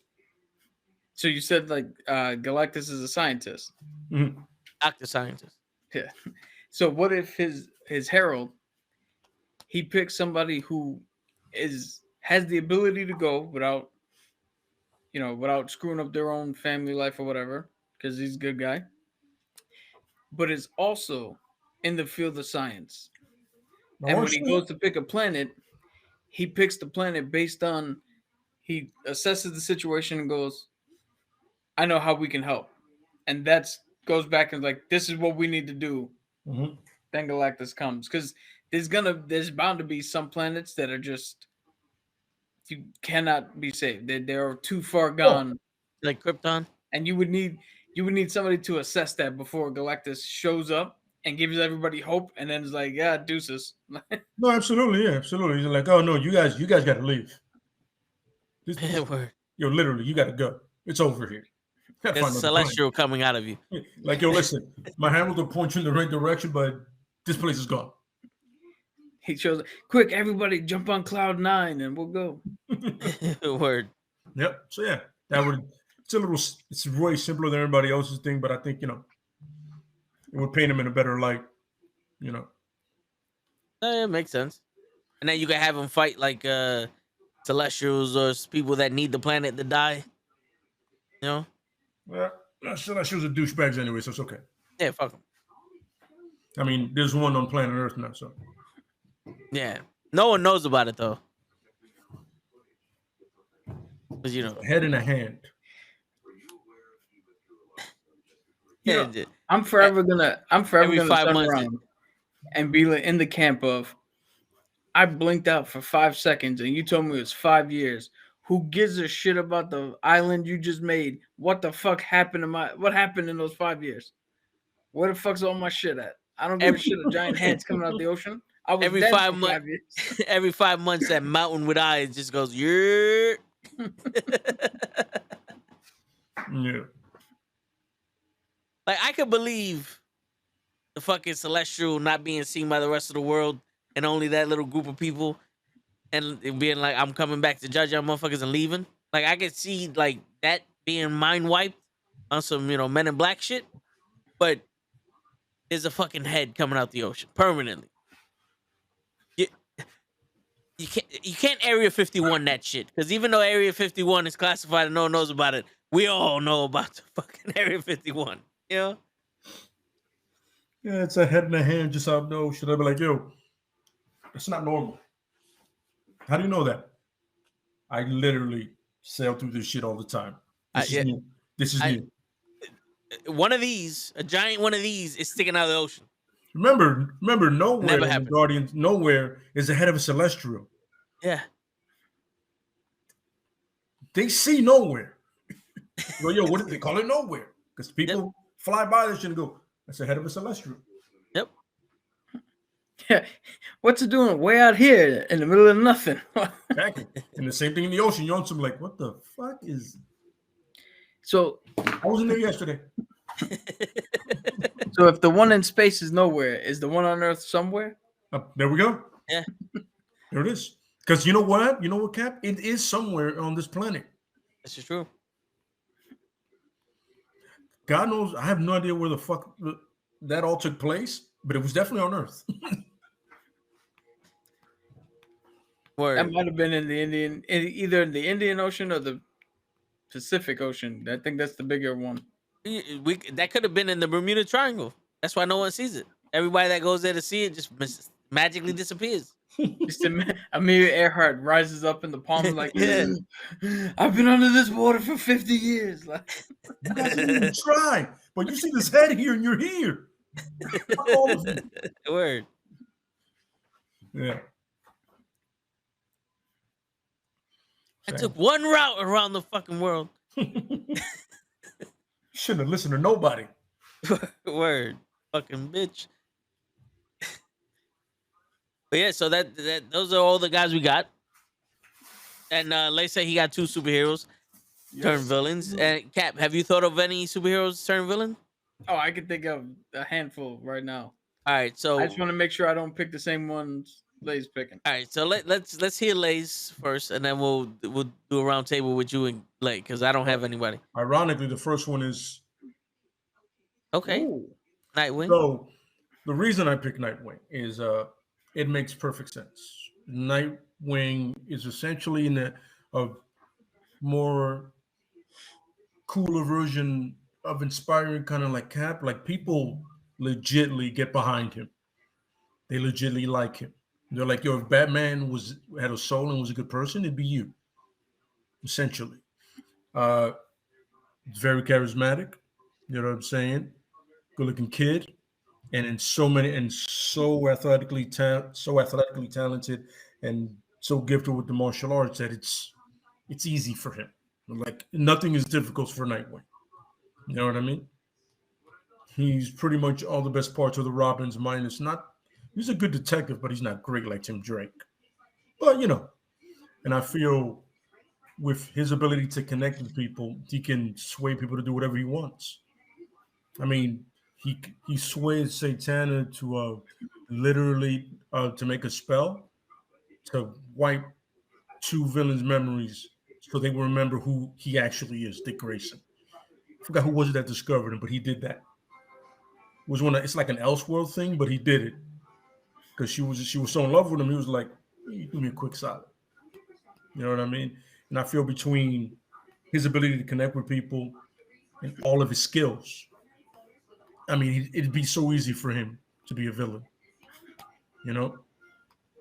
Like, he could literally be a crime boss across the world because his ability to connect with people. Instead of just Gotham, you guys are thinking too small-minded. You don't get it. I can reach anybody. I can convince anybody to do things for me. You know what I mean? People generally like me. Have you played around with this idea? The whole dynamic of Bruce and Batman being like separate and nobody knows. Mm-hmm. Have you played around with this where Nightwing is the crime boss, but Dick Grayson is somebody else? Yeah. Like, everybody knows Roman is Black Mask. Mm-hmm. The Riddler is... Play around with that idea. Nobody knows who Nightwing is. Yeah. And so I play with the idea that Red Hood is his muscle. Something needs to take care of. Talks to Red Hood, and Drake is his strategy. Anything strategic needs to take care of. You know what I mean? It's Drake. He goes, all right, when you take care of this, he goes, I got this. I understand this. You know what I mean? And his lone assassin is Damien. Just assassin. No muscle. No force shown. He wants it to get done quick, silent, and easy. That'll be the flock, because they're all Robins. Absolutely. You know what I'm saying? He wants any information. Barbara.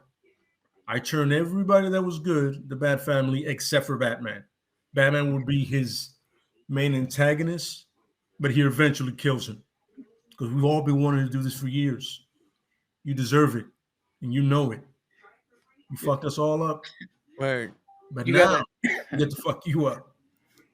I'm saying it's just a little something, you know, all of them have it in them. You know what I mean? They all have it. You know what I'm saying? Dude, you gotta have one panel where Batman's crying in the Batcave. I'm a failed father. Mm-hmm. Absolutely. You know what I'm saying? And right there behind him comes up Damien. Goes, you're right. Right through the heart with a guitar. He goes, you're right. You see, he goes, and then Batman goes, how the hell did you get in? And it was Alfred. Yep. Can't say you never deserved it. Because Alfred loved the Robins like they were his kids also. So, you know. Absolutely. Especially Dick, because he's the first. Yeah. Yeah. So Dick Grayson, that's my first one. That's some deep shit right there. And I don't want it to be Elseworld. I want it to happen gradually. Yeah. Well, there's that storyline where Dick Grayson does become the Joker for a little bit.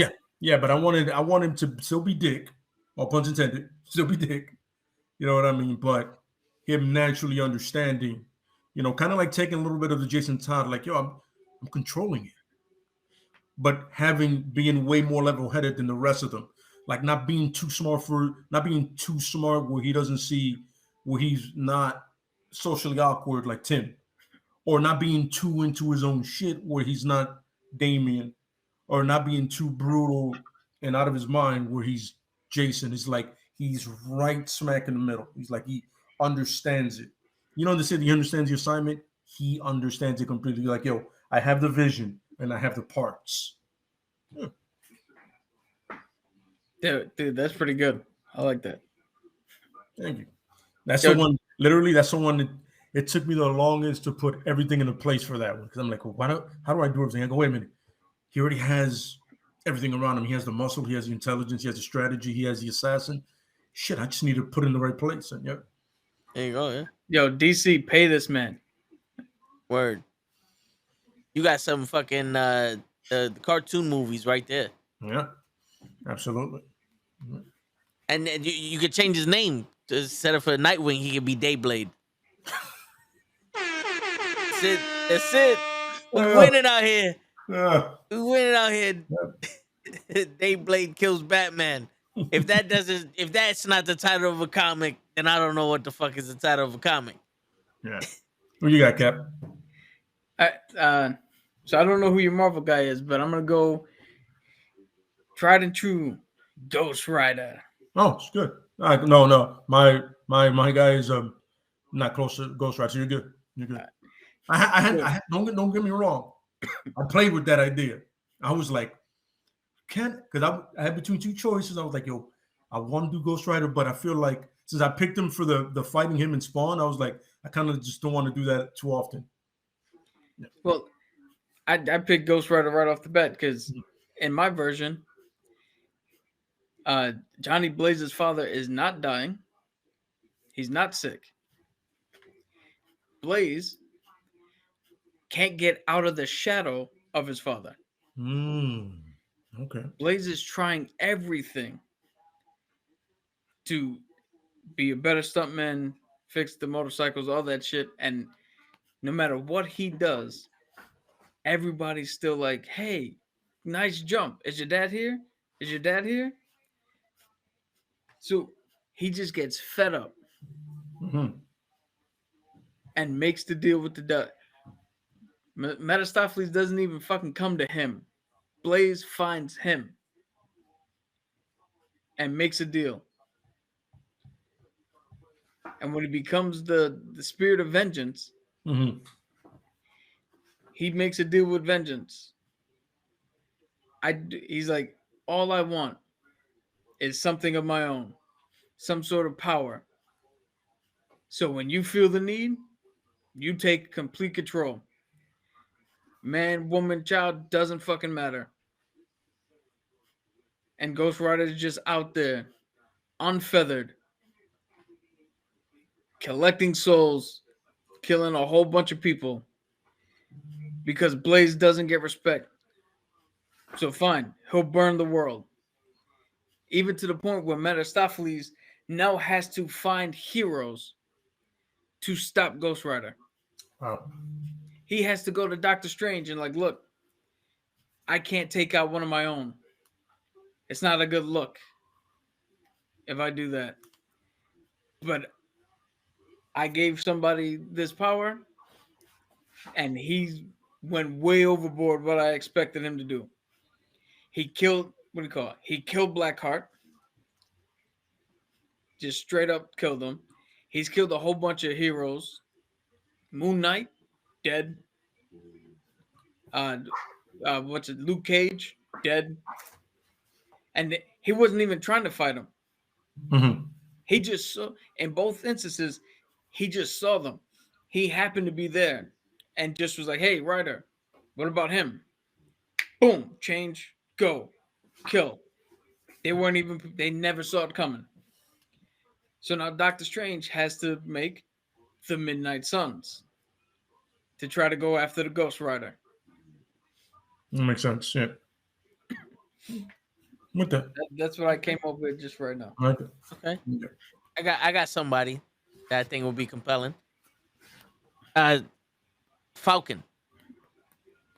Sam.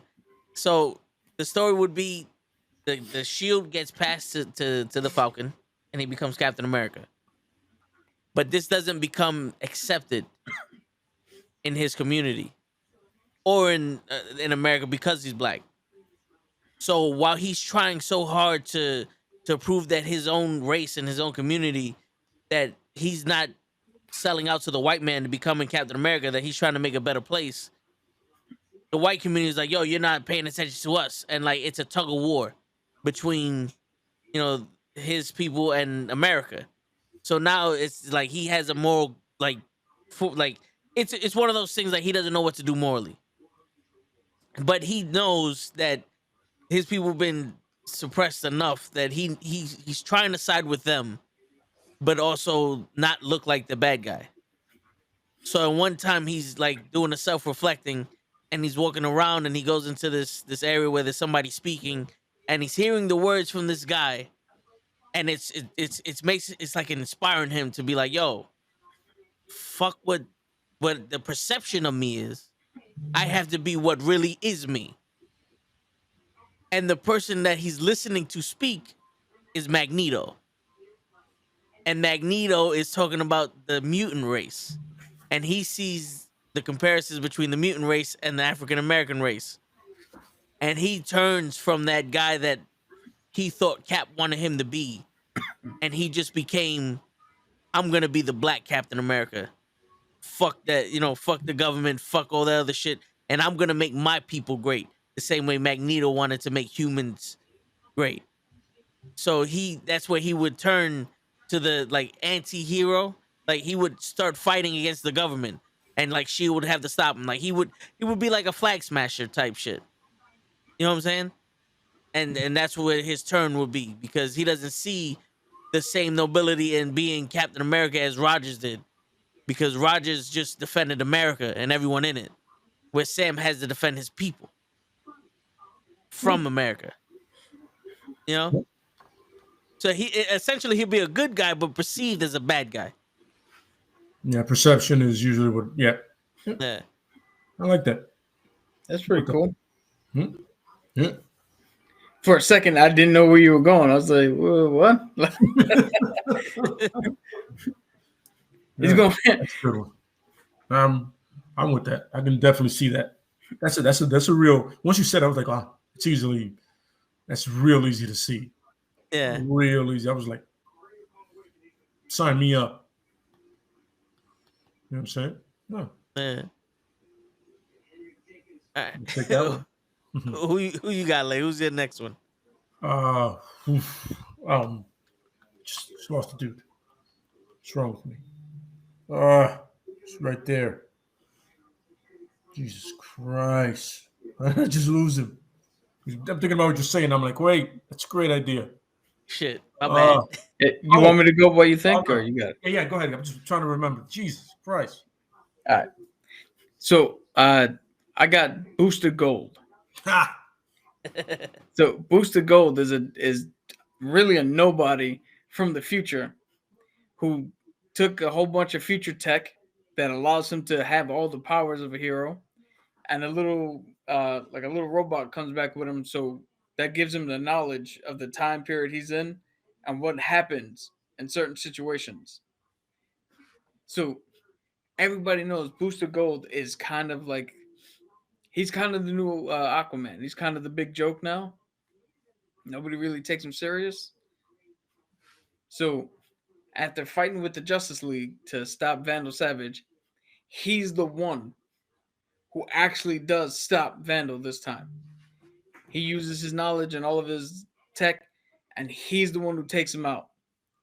And when he turns around to like get all the adulation, none of the other superheroes give a shit. They're all doing their own thing. The headlines are Superman and the Justice League stop Vandal Savage. Nobody's acknowledging the fact that he was even there. Fucking Lois Lane. And the robot's telling him of how great the Justice League is. And every story that the robot tells him, Gold's not in there. And he's like, wait a minute, but I'm here now. The timeline should have changed. I should be a part of this. I just saved the world from Vandal Savage. There's no record, there's no mention. And the robot's like, I don't know what you want me to do. You're not affecting anything. And the minute he hears that, he snaps and goes, well, if I'm not affecting anything fighting with the Justice League, I damn sure affect things fighting against them. And turns around.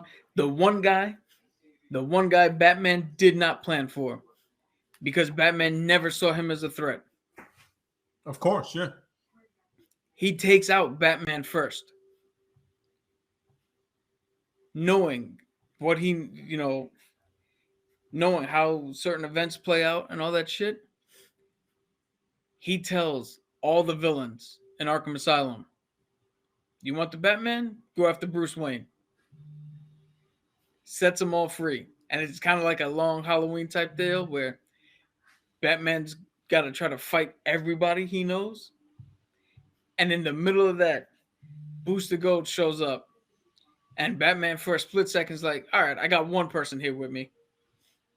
And it's him, but I got somebody. Nope. Like Seth Rollins with the shield. He fucking literally stabs Batman in the back. Ooh. Leaves him for dead while the Joker, the Riddler, Penguin, Clayface, Two-Face, all the faces are fucking just, as Batman's bleeding out, he's flying away as like a horde of zombies. They just fucking pounce on him, ripping him to shreds. Goes to Superman. It's like, hey, I think Batman's in trouble. Superman runs, as they're flying over there, he turns around. It's like, oh, the robot says something to him. He's like, yo, Soup, I'm getting more information. Hold up. And when Superman stops flying and turns to him, with kryptonite dust in the face, knocks Superman down to the ground. And because Superman's skin is invulnerable and all that shit, he takes a shard of kryptonite, plunges it in his chest close to his heart, then so here in the real world, I don't know if they had this for civilian use, but in the military, there's this like weird fucking gel pack thing where if you're bleeding out too much, they put it on and it kind of like it acts as a coagulant to stop the bleeding. It's part Band-Aid, part new skin type shit. Yeah. It's a weird thing we have. But in the future, they have shit like that. And as soon as he puts the shard in, he covers Superman with that. Because he knows that that's gonna act as Superman. It's gonna take the molecules around the other skin molecules and act the same. So now that's invulnerable. They cannot penetrate Superman to get this out of him. And Superman is just essentially a slow death with this thing creeping up to his heart. Got it. Superman's out of the picture now. Wonder Woman comes up, and he just he does the smartest thing he can do with Wonder Woman, because even with all of his tech, that she's still just gonna beat the shit out of him. So he has the robot fly out to the Fortress of Solitude and merge with the Phantom Zone cannon. Nice. And while Booster Gold is just keeping, just keeping the attention of Wonder Woman, his little bot comes in, bam, she's in the Phantom Zone now. And you would think that he'd go after the rest of the Justice League. He appears on TV. I, Booster Gold, took out the 3 pillars of the Justice League. You don't want to respect me then? I don't need your respect now. Anytime you send somebody after me, this is what happens. I'm running shit now. And now he's using his future knowledge and his tech. He's dominating everybody. That's what's up. And that would make sense. It's kind of like Kang. Essentially. Yeah. What the? Yeah, my guy was Nova. Ah, there you go. Should writer. And my thing is eventually Nova, he gets all of the Nova Core, Nova Force into the helmet. And right there, as he's about to face, let's say, Adam Warlock for the first time. And he goes, no. I know exactly what I'll do. Goes to Xandar, takes over Xandar, makes an army, and he slowly goes to different planets. But he doesn't invade the planet right away. Kind of like the Skrulls. He sends somebody in first because it was Xandorians, they look human. So they'll pass. It's not a big deal, you know, same thing with Earth. Get close to the Avengers, but in a sense of not become an Avenger, his agent. He'll be like a liaison. You know what I mean? Rise will be a slow burn that eventually takes over the planet. He shows up, he goes, now this is my planet. And so forth and so forth and so forth. When he realizes taking over all these planets, what else? And then as Reed Richards is working under him, he goes, well, they are multiverses. He goes, what's a multiverse? Other versions of this universe, just different. I like the sound of that. I want to go to another one. And he does the same thing, essentially assimilating everybody into the new Nova Corps, which is his kingdom, his empire. And then eventually somebody will come and destroy him. But yeah, it's him understanding the power that he wields and understanding what he really wants to do with it. You know, pretty much giving into your basic needs. You know what I mean? Well, if I have this power, I can do this. Something Superman should have done a long time ago. But yeah, that was the guy. Okay. That's pretty cool. You never see it from Nova. That's the funny part is you're like, he's too much of an idiot. But no, it's Nova, he gets it. Along with the power, you get the knowledge, so it makes sense. My other one on the D side was going to be Dr. Fate, but that was too easy. Instead of being the Lord of Order or Chaos, he's the Lord of everything. He just goes, you know what? I could care less about both. I just want to rule it all. See, I had Daredevil, but they kind of already did that when he ran the hand. Now, once you said it, I was like, yeah, he ran the hand. But I can do shit, I just had his name. Fuck.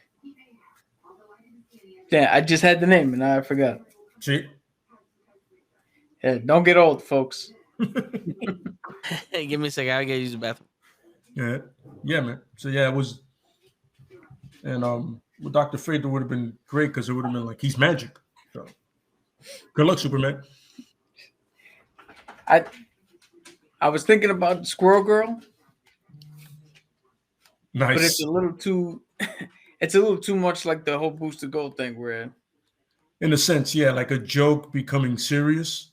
yeah. I Oh can see what you're saying. no, I got it. During the Skrull invasion, the real Avengers think that they've cleared out all the Skrulls. Mhm. And then somebody points out, hey, Squirrel Girl has beaten Galactus and Thanos. There's no way she could have done that if she wasn't a Skrull. So they go after her. Yeah. She doesn't at first she doesn't understand what's going on. Then Yeah. she what do you call it? They send Kamala after her. And she's trying to convince her, like, yo, I'm not a fucking Skrull.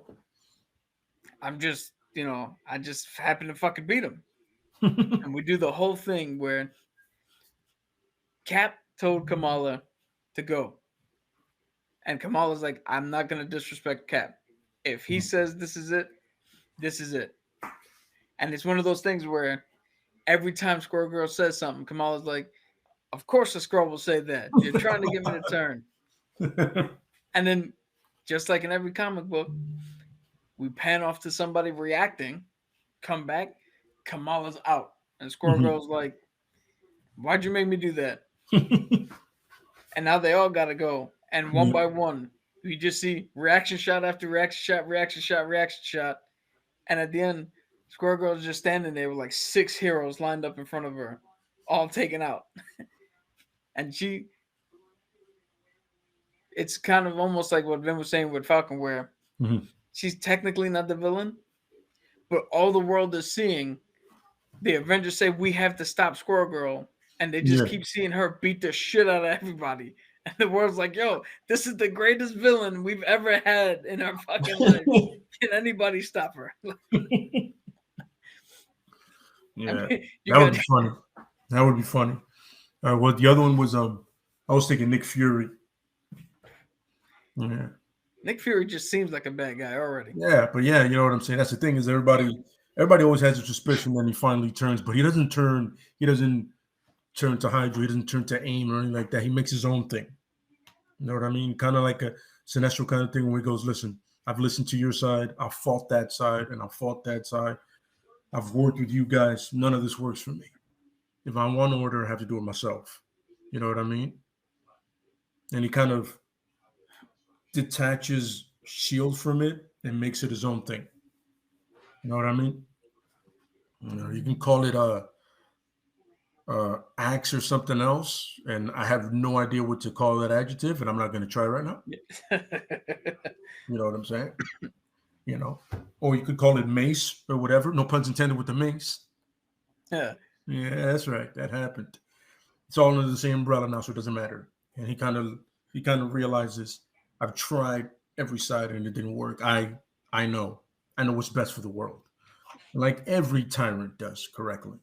Even though I still think Dr. Doom has the best way of doing it. My vote is Dr. Doom. I got another one here. Blade. Blade goes up, as he always does, goes to hunt Dracula down. Finally gets to Dracula. And before he kills him, Dracula actually tells him why he does what he does. Why there's vampires, why they need to do the blood thing, why the entire reason that this whole thing exists. Mm-hmm. And Blade actually comes to the realization that he can't wipe them all out. Mm-hmm. It's part of the cycle. This needs to exist. So him being a daywalker that can walk in both worlds, absolutely, he assumes control now. and now his only job is to make sure that this persists and that this whole thing keeps rolling as the cog it is in the wheel of life that needs to happen. Yeah, it worked. I'm saying that he makes daywalkers, like a special force of daywalkers from his own blood. Yeah, if there was in DNA, that would make sense. Led by Hannibal King. Yep, exactly. That would make perfect sense. See, very, very militant group. Oh yeah. So we got an hour left in the podcast, and I wanted to get to Moon Knight episode 1. All right, cool. I know we all saw it. I wish Kaz was here because I know Kaz really want to talk about episode 1. Absolutely. But next week we'll get a chance to talk about 1 and 2 with him.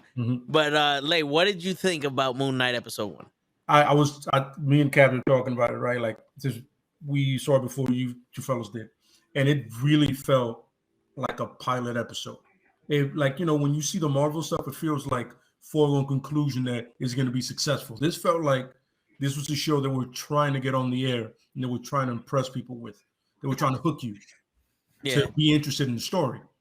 Because, spoiler alert to anybody, Moon Knight isn't really in this. Like the Moon Knight in the gear, you're literally seeing mostly Steve, that personality, Steven, as the lead character, and he's not who anybody that knows anything about Moon Knight is. They really switched him off. You know what I mean? So he's pretty much a loser. You know what I mean? Or the perception people have of a loser, should I say? You know what I mean? I don't want to offend anybody that works in a museum or a curator. Yeah, was Ben Stiller. But that was a dope museum, by the way. Yeah. But I felt like it literally felt like a pilot episode, and it was still very interesting because the blackouts made it interesting. You know what I mean? Like when it got me blacked out, I was like, actually, I really want to know what happened during it. Like if you're gonna give me a flashback, unlike Boba Fett, flashback to where Mark is explaining, look, this is what happened when you're not around. I do this. I do this. Because Mark Spector is the other personality. He's the mercenary. He gets down. So I love the blackout thing, and then him slowly realizing what's going on was fun. You know what I mean? And the fact that it started with the villain and not the hero, like the way the episode actually started, I was like, wait, what? Oh, okay. And props to Ethan Hawke. Yeah, he was really creepy. And Khonshu was also crazy creepy for a couple of seconds you see him. I was like, wow, that's really comic but accurate. You know what I'm saying? But like I said, I'm really interested. It felt like a pilot episode of an actual show that they didn't know was going to succeed. You know what I mean? I've read somewhere people are like, oh, I didn't get it, I don't understand. Well, one, it's literally you're an idiot because it's literally being explained to you. Yeah. I don't know how you don't see that. 2, it's really interesting, and I can't wait for episode 2, man. I'm really hyped for it. Which is sometime tomorrow when I wake up. Yeah, I think they aired around 3 or something. Yeah. What happened? 3 a.m. they show it first. There you go. Because I think California, they don't want it to. That's right. Yeah, but and for people that may have not understood completely what happened in episode 1, episode 2 gotta explain something. Like I saw episode 1 and I was like, all right, all right, now I want to see episode 2 because I kind of want to see the conversation between Steve and Mark. Like, I want to see how they explain this between themselves. Because it's really cool when he's Steven in the bathroom and you see all those reflections, and then when Mark starts talking to him, it's only him. You know? So, like, the way they're doing this shit is dope. And then he's blacking out, and you see everybody on the floor, like, what the fuck happened? Genuinely, I'm like, yo, what the fuck did happen? Like, we missed him fucking everyone up. Like, what the fuck? We're like Homer Simpson when the mob was out there. He goes, but the Chinese dude ain't moving. He's the one that's going to do something. And then you just hear him screaming like, we missed it. Yeah. It was really interesting to and do you see the dynamic of 3 everywhere? They always had those signs of 3s because it's Steven, Mark, and then Moon Knight. There's your three different things. You know what I mean? Yeah. And like I said, I got the scene that I wanted right away. Mark talking at the end. Mark talking to Steven. It's like I just wanted to see that. It's like, listen, if you shut up, I can do this. And Khonshu is a dick. And I love it. I love that Khonshu's just a prick. Like, oh, the idiot is under control. You will not give him this shit no matter what. Here's a fun fact: the guy that does the voice, him and Oscar Isaac did a movie together where he pretty much did the same thing. He was calling him an idiot and degrading him. It's a movie they did about 5 years together. This is a fun fact for everybody. It's F. Murray Abraham for anybody who exactly. Yeah. Well, he was pretty much talking down to him too the whole time. So there's a fun fact for you. Okay, that's pretty dope. Kat, what'd you think of it? I'm fucking hooked. Hook, line, and sinker, man. I loved how disorienting it was. Where, like Toad was saying, when he blacked out and other shit happened, you felt like you blacked out and missed shit. Like, it did a really... Now, I read somewhere that they didn't do the rich guy thing to stop the comparisons to Batman. But I actually like the fact that Steven is, as I was saying in the last podcast with our like mini predictions and shit, having Steven be the lowest rung of the totem pole was really effective. Because Mark, we know we're going to connect with Mark. He's the hero. He's going to put on the costume and do the cool shit, and we're all going to love that. But to sit with Steven at the restaurant, where he was like, no, but you said Friday, and for that realization that he missed 2 days and he doesn't know what happened, the fact that he's a fucking vegan, and he was just like, yeah, just give me the best bit of the steak. That's the part I want. I just want the steak. How do you want to cook? I want to cook good. Yeah. He says, spoken like a vegan. Yeah, like the heartbreak. I really felt it. I really felt that heartbreak where you see him still try to talk and keep himself together, but it's not quite working. Then when you get to the bathroom and Mark's like, yo, you have to let me drive. I can get us out of this. And he's doing the whole thing where he's walking up to the door, but Steven's not moving. Like, that shit was cool. I saw an Easter egg breakdown where Moon Knight, the Moon Knight costume started taking over, but in the reflection, nothing was happening, which is a cool little detail.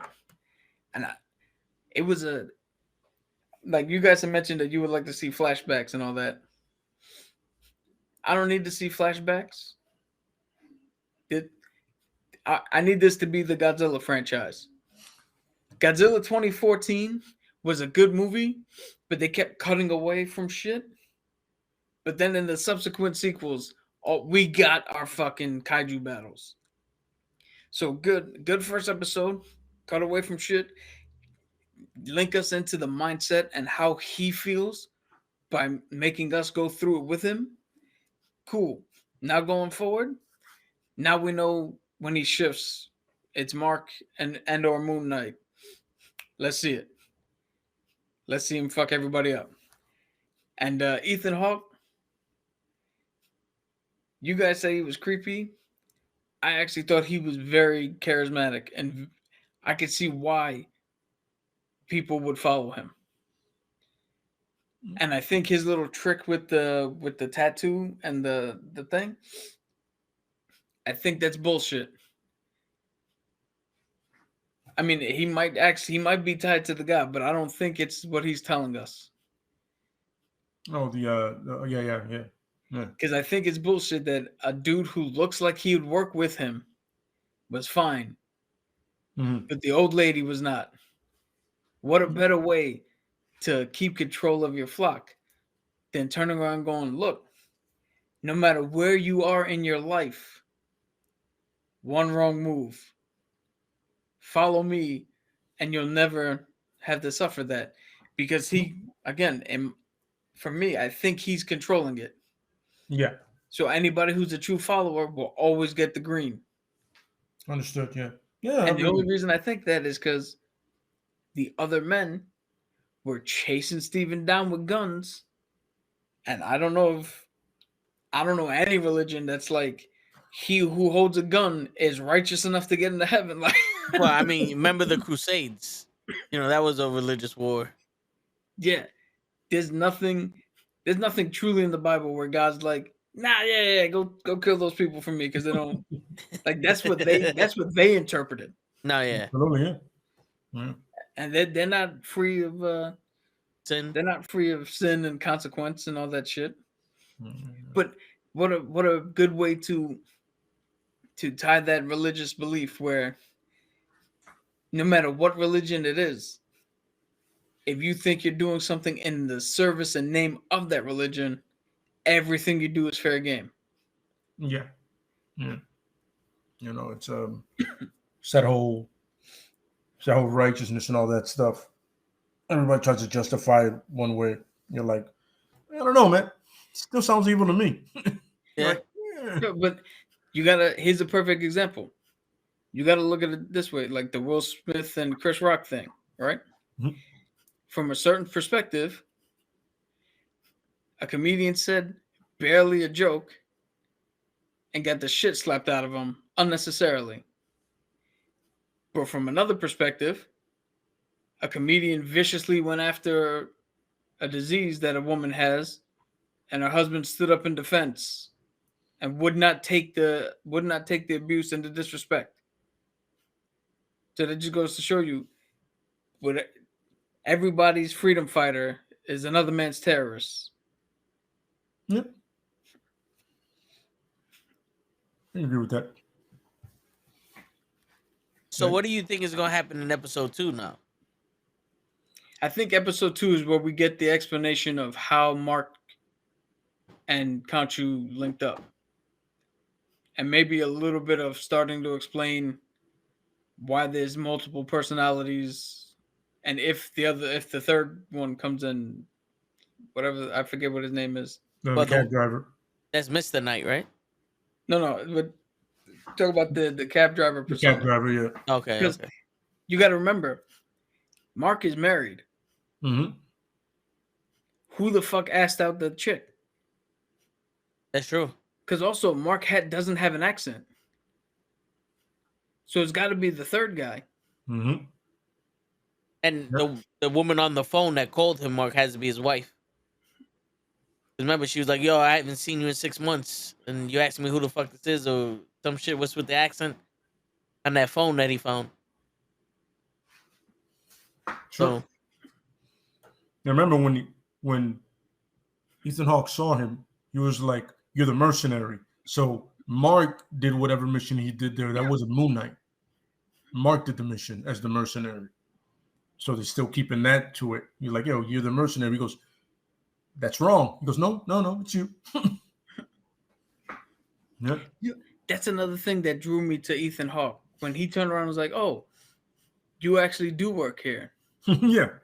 He didn't immediately turn around and go, all right, this is a cover or something. He was like, okay, so you believe you're this guy who works here. You actually work here. Let me try the approach of talking first. Doing the thing with his little The trick cane. with the scales. Yeah. yeah. Which, Yep. yo, like I said before, the scariest villain is the one who's in control the whole time. Mm. And And I he said think- it. He said it. There's chaos in you. I go, yeah. If you had 3 different people in your head, you'd be chaos in you too, fool. Yep. What's And a god. a god? What's wrong with you, man? Clearly, I'm not right. And a god that calls you the idiot. Oh, great! The idiot is in control. I was like, wow, that's fucked up. I was really like, damn, son, don't do that. The dude's already confused. He doesn't need that. Word. You man's Yo, also like, what? My man woke up with a different. Oh my god! Did he jump out of that window? Are we confirming that he jumped out of the window and He woke up, must have. landed on some? Yeah. My man said, "Oh, like, oh." right back into place, buddy. Mark must have thought that Conchu was gonna help. Yeah. He must have been making coffee like, wait, why you should have let me. He's on some. God damn it! Like He you said, probably- you did say the idiot took over. So Yeah. And in midair, he's like, "What the fuck are you doing?" Then the idiot. He felt that shit, not me. oh, Yeah. God. One of my favorite parts, if anybody wants to know in one 30-second or 15-second clip who Moon Knight is, when he showed up, the Jackal tried to leave. Yeah. Yeah. Fighting him, tried to leave, and Moon Knight said, "Nah, we ain't done yet," and pulled him back in. So you To want finish the wanted fight. to smoke? Oh, you get all the smoke from me, brother. Oh yeah. I'm ready. Motherfucker's like, "Yo, you wanted the smoke? I'll set the fire." Word. Absolutely. So yeah, well, I mean, second episode should definitely show more of Mark. Mark and Steven trying to understand each other. Yeah. And definitely how Mark and Conchu. I hope Bushman is there for at least a frame or two. Like we get like Bushman is they keep that part as the reason why Conchu and Mark are together. Bushman. And they had, and if you look at the phone, not only Layla's name, they also had the guy that's his pilot. DuPont. DuPont, Frenchie. his name is in there. There's one call, but DuPont is also mercenary, so he's gonna be on some like, he's probably doing some shit. He's not gonna call you 1,000 times. You're like, yo, I know the world. Yeah. You get back to me when you can, brother. So that I really hope to see Bushman, even if it's just like a little, he's the one that killed me, you know? And after that, man, just I hope a little more Moon Knight. Not too much. You can honestly say Moon Knight to like the 4th episode, and from 4th episode and on, he's there. Like sprinkle him in for the next 3, and then 4 and on. So you can have him, you know what I'm saying? so do like that blackout shit a couple more times, and then let's get to the nitty gritty. Yeah, exactly. That's still interesting the way they do it, and they balance it well. You know what I mean? I would like to see them talk, but I don't want two throwaway episodes. Yeah, absolutely. You know? But then the thing is, you have 6. It's a mini series, and they never said anything about it second season. Yeah, they're like right now. There's no plans. There's only this, so you have to make all of it count. Yep. You can't Boba Fett us at all. You know what I mean? You have to make all of it count. You have to get to the point in episodes, but also leave us so we can be hooked for the next one. Yeah. Like give us enough. It's like a girl that's never really gonna give you lead you on enough. And then eventually, after the 5,000th date, she goes, all right, now you get it when we're 1,000. Yeah. Right. You could have just said like the old school movie serials where it always ended in a good cliffhanger. So you need to come back to the theater the next time. No, the date thing is more relatable to people because people watch stuff and don't realize it's good. Remember that. People watch stuff and then afterwards they go, this shit sucked. I go, did you see it? Because I saw it. And then years later, all of a sudden it's good. It's like a cult classic. Yeah, it's the show syndrome. Yeah. What us doctors like to call the show syndrome. It stock show syndrome. But yeah, you know what I'm saying? I just wanted to enough of all of it explaining and then some fighting in there. But from episode 4 and on, I want to see a lot more Moon Knight and Khonshu than I want to see anybody else. Word. And Bush. Yeah. Please. Yeah. Because we're gonna see Midnight Man eventually. Even though God, rest in peace to the actor who played him and passed away, but he's in it. You know what I'm saying? So if there's gonna be a crossover, let's say there's gonna be like some kind of Midnight guys with Blade Midnight and Suns. Midnight Suns, yeah, my bad. With but Blade Midnight Guys, I'm with too. Oh yeah. Sounds like a rock group, the Midnight Guys. Yeah, you know, they're like the other guys, but they happen at midnight. You know, Steve's in that one. I'm gonna make that movie, The Midnight Guys. You know, when a problem comes along, you don't want to see these guys at midnight. You know what I'm saying? You want to see these sons of, bitches. Yeah, you know. Yep. Another tagline, like they always say, nothing good ever happens after midnight. Word, you know, when your kid has a 10 o'clock curfew and it's after midnight, call the Midnight Guys. You know, call the Midnight Guys. But anyway, so if they're gonna put him in the Midnight Suns with like Blade and the Knight, what's his name? Black Knight. Black Ghost Knight, Rider. Ghost Rider, and all that other stuff. Like what episode would you want to see them come in or mentioned? 6. Yeah. The last episode? Yeah, let him rock on his own. People gotta get an appreciation for him. I'm not talking about them being in the episode. I'm talking about them mentioning it. No. 6. Yeah, you want to establish Moon Knight for who and what he is, and then you can have your fun at 6. Yeah. You know what I mean? Like like he can reference. After all, he can reference. He goes, Khonshu goes, I know of a daywalker. He goes, what? Of a daywalker. You have a problem. I know of a daywalker. That'd be hilarious to see Steven in the mirror. I'm like, don't we all walk in the daytime? Then Khonshu goes, this is why I call you an idiot. I was talking to Mark. Got it. Or it'd be like, we know a Black Knight. Then he goes, I think they're called African American. I don't know why I'm Scottish all of a sudden. But he had the accent. Oh man. He goes, I know. I can tell him he goes like that. Many different problems are Mystic, and there's always a doctor that can help. There you go. Scientist Strange. Mm-hmm. He's the because at the end of the day, Doctor Strange is the one that leads them. Yeah. And Kevin Feige did say that Doctor Strange is going to be the central point of all of this. So moving forward. Yeah. So would this be more like you would put in the Multiverse of Madness, like a Easter egg for that in this show, or would the Midnight Guys be the Easter egg? Because we're calling them the Midnight Guys now. Yeah. The one who's left and the Midnight Guys. It's official. Honestly, we said it before. I mean, you should really separate these two universes. Have the mystic supernatural stuff on one side, and then have the universal, whatever the fucking threats you want to call them. I am more interested on this side because I've seen this already. I've seen Thanos. I've seen it. We've seen the Guardians. You know what I mean? And they're gonna expand, but I've seen that already. You know what I mean? Yeah. I want to see something different, and I like that kind of shit. I like horror movies. I like supernatural stuff. You know what I mean? It's still scientific, but it's rooted in a lot of history that's real. You know what I mean? Khonshu, the afterlife. With Ghost Rider. Mephisto is the devil. Nightmares. Makes sense. Blade and vampires. You know what I mean? Look, jackals, werewolves, werewolf by night. It's gonna be in something eventually. So it makes he could be in here somewhere. Yeah, so it makes perfect sense to separate the two and have Doctor Strange be the one. He can be like the Nick Fury of this whole thing. Yeah. Like he literally goes, you guys got this? Yeah, I gotta go handle something. What is that? It's none of your damn business. Don't worry about this. Word. You're here. You be here. I gotta go over there. They're doing something there.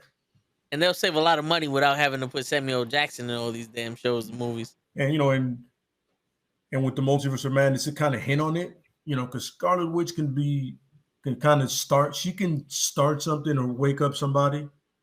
Maybe like a Nightmare of Mephisto that they've been dormant for years. Or Lilith. Yeah. We're saying that. We're saying. Said Lilith. She can wake something up by reading from that book or trying something, and all of a sudden now Doctor Strange's like, shit. Now I have this problem. Yeah. Wong is like, well, you wanted to be so supreme, right? Handle it. Also, one thing that we're not taking into account is that the Multiverse of Madness might not be Doctor Strange's fault. Now, remember, at the end of WandaVision, Wanda was sitting on her porch, but the Scarlet Witch was reading the book, and you heard her kids asking for help. She could be tearing apart the multiverse. I mean, that's my given thing is she did it, and Doctor Strange kind of furthered it by doing that stupid thing in No Way Home. Yeah. He kind of like opened something. She was already opening it, and then he kind of like kicking the door. You know what I mean? Yeah. Like it was cracked open, and he did that shit, and all of a sudden he's like, oh, there it is. You know what I mean? Yeah. Like I said, in Wanda, and further in trying to find her kids, wakes up something that's been dormant for years. which is really easy to do apparently in these universes. It's Yeah, like you're looking for one thing, all of a sudden you're knocking somebody else's door, and the guy comes like, "Yo, my man, what? Oh, well, what the fuck do you know? Who trapped me here? The last Sorcerer Supreme did. Yep. The ancient one. You called me a bitch, didn't you? You. Oh shit! Now what's on? And the purpose is to take over the universe or destroy everybody, or take souls, or slap your mom. I don't know. Whatever they do. Yeah. You know what I'm saying? That could be the way to lead. And then Doctor Strange realizes, Wong tells him, well, the way it was defeated before was the Midnight Suns. What the hell are the Midnight Suns? And that's what I want Doctor Strange to say. What the hell are the Midnight Suns? Then he explains it. And he goes, usually it's one person like this, one person like this, and he starts collecting the people. You can do that in the show, and then ultimately becomes a movie. Yeah. Like his search for the Midnight Suns. Just don't name it Doctor Strange in the Search for the Midnight Sun. No, I would not name it that. No. What? No, I would never name it. I would if you name it something like that. First of all, I'm not saying that whole thing. To be honest with you, instead of a Doctor Strange looking for the people, Doctor Strange could have sent Blade because he already went for the Black Knight. So Doctor Strange could have been like, "Yo, Blade, round these people up because I got some shit that you got to handle." Mm-hmm. You know, and and that's how you would go into the TV shows. Blade would be the guy. That works. Yeah, there's nothing wrong with that. But Marvel, you're welcome. Ideas are being pitched here. Yep. Okay. Yeah. We're getting both sides. DC, I got you. You know what I mean? But yeah, I would definitely keep both of them separated. There's no reason for Falcon to ever meet Moon Knight. Yeah. There's no need for that. Saying if you want to cross them over on some, like, oh, they know each other, that's it. They don't need to work together. These are two sides that are not going to get along. You know what I'm saying? Blade doesn't care about anybody. That'll be a cameo. Like a cameo where Hawkeye's about to do some shit and he sees Moon Knight beating the shit out of people. He's like, I guess he's on our side, and just walks away. Like he's like, he got it. All right. You know what I'm saying? You can do a great callback to Civil War, where somebody's giving Sam a brief, and they mention Blade, Black Knight, Moon Knight, and he looks at Bucky. He's like, "See, didn't I tell you? Everybody's got a gimmick." Or you can have something when Natasha sees the Punisher and goes, "Castle." What? Nothing. She doesn't tell the rest of the Avengers. The new one, she goes, "Castle." Nothing. Just let's just leave. Let's leave this alone. Yeah. Yo, I can see this area is clear. There's no one left. I can left. see her turning around and be like, "Oh," just saying "Castle," and then when people look, they're like, "Oh no, I was stalking the White Castle. I wanted to try the White Castle." See, that is not the castle. Oh, that is a church. I don't go to those. Yeah. Or something like that on some. Because without showing Frank Castle on TV, to have Natasha's sister go, "Castle, we don't need to be here," and leave that already. Because if you got a Black Widow afraid of this guy, he's a bad motherfucker. He's a bad motherfucker. Leave him alone. She's on some. Yeah, I get hired to do stuff, but not that kind of stuff. Yeah, keep your money. We don't need to go. Yeah. Can you? If they're truly doing like a Thunderbolts thing or a Dark Avengers thing with U.S. Agent and the new Black Widow and all that, I would love a scene if they're not going to show him where it's similar to what you're saying.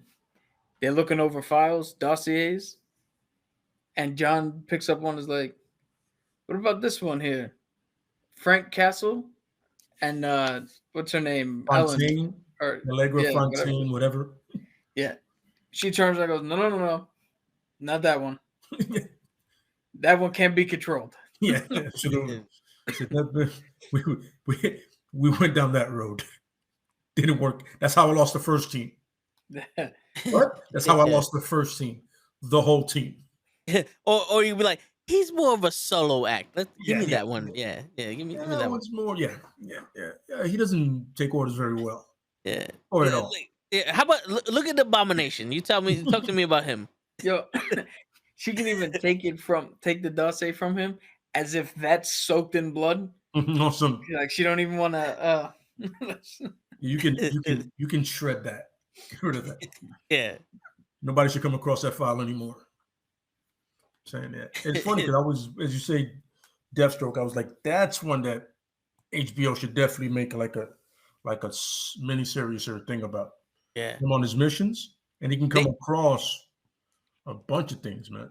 They had him in the Teen Titans, Mhm. but it was, you know, like his aura felt right, but the way they did him, it was like, all right, he's a little watered down for them. But that would be a dope show to have, you know, Deathstroke, because a lot of these Batman villains do more than just fucking fight Batman. 90% of his bad guys are hired guns to take out Batman. They don't chill in Gotham. They don't like Gotham. He's doing his own thing. He's like, fuck, I gotta go to Gotham to kill Batman. All right, let's do this. It's like, yo, they have enough problems here. And he's a mercenary, you know, he gets hired to do other work. Like other people can hire him. You know what I'm saying? And he has a crew. So it can make sense if you're like, if you want to do something, that can be one of those things where they go around the world and film that. Yeah. Like almost like a kind of a Jason Bourne thing where he's globe-trotting because like, oh, I got hired to do this. And he goes up against guys that are like, I guess it's DC's version of AIM, Hive. Yeah. And then their version of S.H.I.E.L.D. is, what's the name of it, Cap? I forget him. Argue something? Argus. What is it? I thought it was Argus. It is the one that Amanda Waller runs. Yeah, isn't that Argus? Argus. I thought that one minute. You're right. So it's like, that's what they call it on the Flash and Green Arrow. Yeah, but that's the thing is he can either be hired by them or be pursued by them because, you know, that's very wishy-washy. You know what I mean? Yeah. It's the same thing with the Punisher. Sometimes S.H.I.E.L.D. needs him or sometimes they're hunting him. So you're like, you know what I mean? Could be a back and forth kind of thing. And she can be like, oh, I need you for Task Force X. He goes, are you kidding me? You're not putting a bomb on my neck and I'm not an idiot. Yeah. No, not happening. I read what happened to Flag. Yeah, exactly. I've heard what happened. You had that Captain idiot, Stars and Stripes. idiot Peacemaker. Peacemaker killed him. Those idiot. Do you know Peacemaker? He's a moron. You know what I'm saying? And I agree with him though. Batman sucks. But yeah, you know, I would definitely do that. It would be really interesting. You can even do one with The Question, where it's just really detective work. Purely, and he's conspiracy theorist 100%. And that would fit in like the X-Files, Eureka kind of fans that love that kind of shit. Like I've been saying that for years. And because he's batshit, he'll believe it. And he'll make you believe it. Yeah. You know what I'm saying? You can introduce Solomon Grundy. Yep. That you don't even have to show him, but that's one of the conspiracies. Absolutely. He has the poem up on the wall. He's like, yo. Yeah. It'll be like like when you see that thing in Batman, except him, that's his whole house. He's on some disconnected to this. You know, like, oh, the ends of shoelaces is a more sinister thing. What it is, I don't know, but he said it, and you're like, now I want to know. What would you guys think about like a Planet Hulk TV show? Where it's more like you see him, he's already conquered the planet and like he's with his wife and he got the kid and it like the series ends with the invasion and he has to go, you know, like his wife, and then there's the movie, you know, World War Hulk. Yeah, like World War Hulk or some shit. That'd be ballsy. I mean, I would, if done right. It's funny because you could literally use the same technology used to make The Mandalorian, like that 3D TV thing that they have. Yeah. It would be, you can do that. So, I mean, that would, and if you do it correctly, you get 2 seasons because, you know, it winds up being like a kind of like a King Arthur Camelot thing or Rome. Yeah, it's just Spartacus. Yeah, kind of like that. Where he goes from that, he ascends, and all of a sudden he goes, I'm happy here. All of a sudden he goes, then you went and did that. Yeah. And you can make it easily Elseworld. You know what I mean? Because the Illuminati's all together. Huh? Yo, can you imagine this? If they do a little bit of a spin for the movie for World War Hulk, where somebody tries to connect with Bruce, and Bruce turns around and goes, "Oh no, I gave him full control. He was happy. I was content. You messed all that up for both of us." Mm-hmm. We were finally at peace together, like real peace, and you fucked it up for us. And also, when I was looking up the sons of Hulk, because the daughter is another universe. Mm-hmm. Okay. So the daughter is a woman from another universe, and the 616 Hulk coming together, but it's She-Hulk. It like in that universe is the She-Hulk is his daughter, but the son, like his wife, married the Hulk and fell in love with the Hulk, but knew about Bruce Banner and accepted him for who he was, even though she was in love with the Hulk. So it's deeper than just the wife is in the Hulk has a wife. It's like the wife knows about Bruce and she accepts Bruce for who he is, but fell in love with the Hulk and just married to the Hulk. So I don't know how the comic went, where if, Bruce was able to come out sometimes or whatever. But no, he was the Hulk 100%. Okay. He never switched back. Yeah. So yeah, I would be about that. It's a lot of stuff with a lot of characters, but mostly the guys that are not well known that I would love to see them do something with. Like if you're gonna do TV shows, you can definitely make it a lot more interesting. Because you can do Heroes for Hire the right way. Oh yeah. Pick a better Iron Fist, and it would make sense in New York City and this climate. It goes, yo, listen, what we just went through was hard, and we all got to make money. We got to have a living. And then you can do the Jessica Jones, Luke Cage thing. I have a kid on the way, bro. Goes, I wanted to mention that. How the hell did you hook up with her? He goes, well, impenetrable skin. We're both strong as hell. Sounds right to me. We tore down a lot of motel rooms. Sounds right to me. I feel like, aren't we made for each other? Right, shit. Mind your fucking business, Iron Fist. Yeah. I'm like, don't you think we're made for each other? Yeah, you find a lead bitch and I ain't gonna say nothing. I gotta ask you another question. How did you lose all that money, Danny? Well, I'm not exactly very bright. Good call. I mean, you're a billionaire. I don't know why we're doing this for cash. So then there's definitely a lot of stories you can do. Oh yeah. Even with Domino the Mutant, the Luck one, she's honestly a Marvel Knights character. You know what I mean? Another mercenary story from a woman's perspective, a female superhero. That'd be dope. Do that. You know what I'm saying? It would work for her. Would you like to see a Dora Milaje TV show? They're making one. Oh, they are? Yeah. Okay. That's one's supposed to come down the pipe. Yeah. That seems cool. Yeah. That'd be the one time I get ScarJo to come back. Just have that one episode where she gets to fight that one from Civil War. It's funny because with Domino being a mutant, she can have that longer life. Like what inspired her to be a mercenary is actually meeting Natasha, both on the same mission. And they're like, wait. Natasha goes, yo, you do realize you don't have to work for one person. You can work for many people. What? Really? Yeah, that's what I do. Before she joined S.H.I.E.L.D., that's what I do. Yeah. I get hired plenty of places. Like, oh shit, well, there we go. Thanks. Chance encounter changes everything. Word. Yeah, luck. There you go. See, it's writing itself. Marvel, it's writing itself. No, seriously. Yo, and not for nothing, if I was DC, I would do the HBO TV shows and have those lead into movies. And then that way you watch listen, I would have The Flash, Green Arrow, like all those shows that you're running, those characters be in the fucking movies. Everybody's invested in them already. 9 seasons of that shit. And then you're gonna give me some other bullshit Flash that if people went to see the Justice League and like, oh, I know the Flash shit, like this doesn't even compare to the TV show. Like there's only the color of the suit is the same.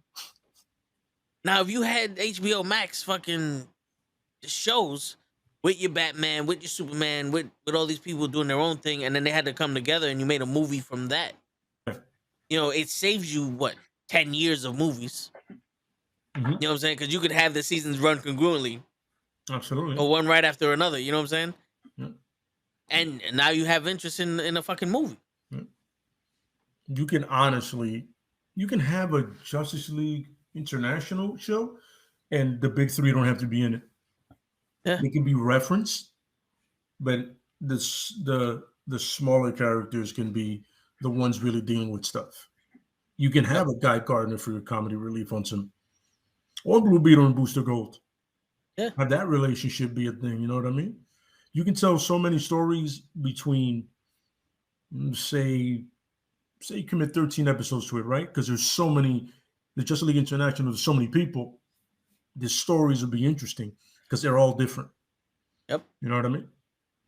And you can have 2 episodes where it's Booster Gold and Beetle getting to know each other. You know what I'm saying? They're becoming friends, and you're like, I can tell why these 2 idiots like each other. And then an episode of everybody you completely understand why nobody likes Guy Gardner.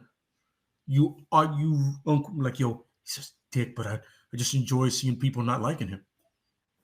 You know what I'm saying? It's like any other show. You built the characters up right, it's easy. You know what I mean? Really easy. Easy to relate to different, you know what I'm saying? You can take from, you can have Mr. Terrific be the head of it, because he's intelligent, you know what I mean? He can do the strategy thing.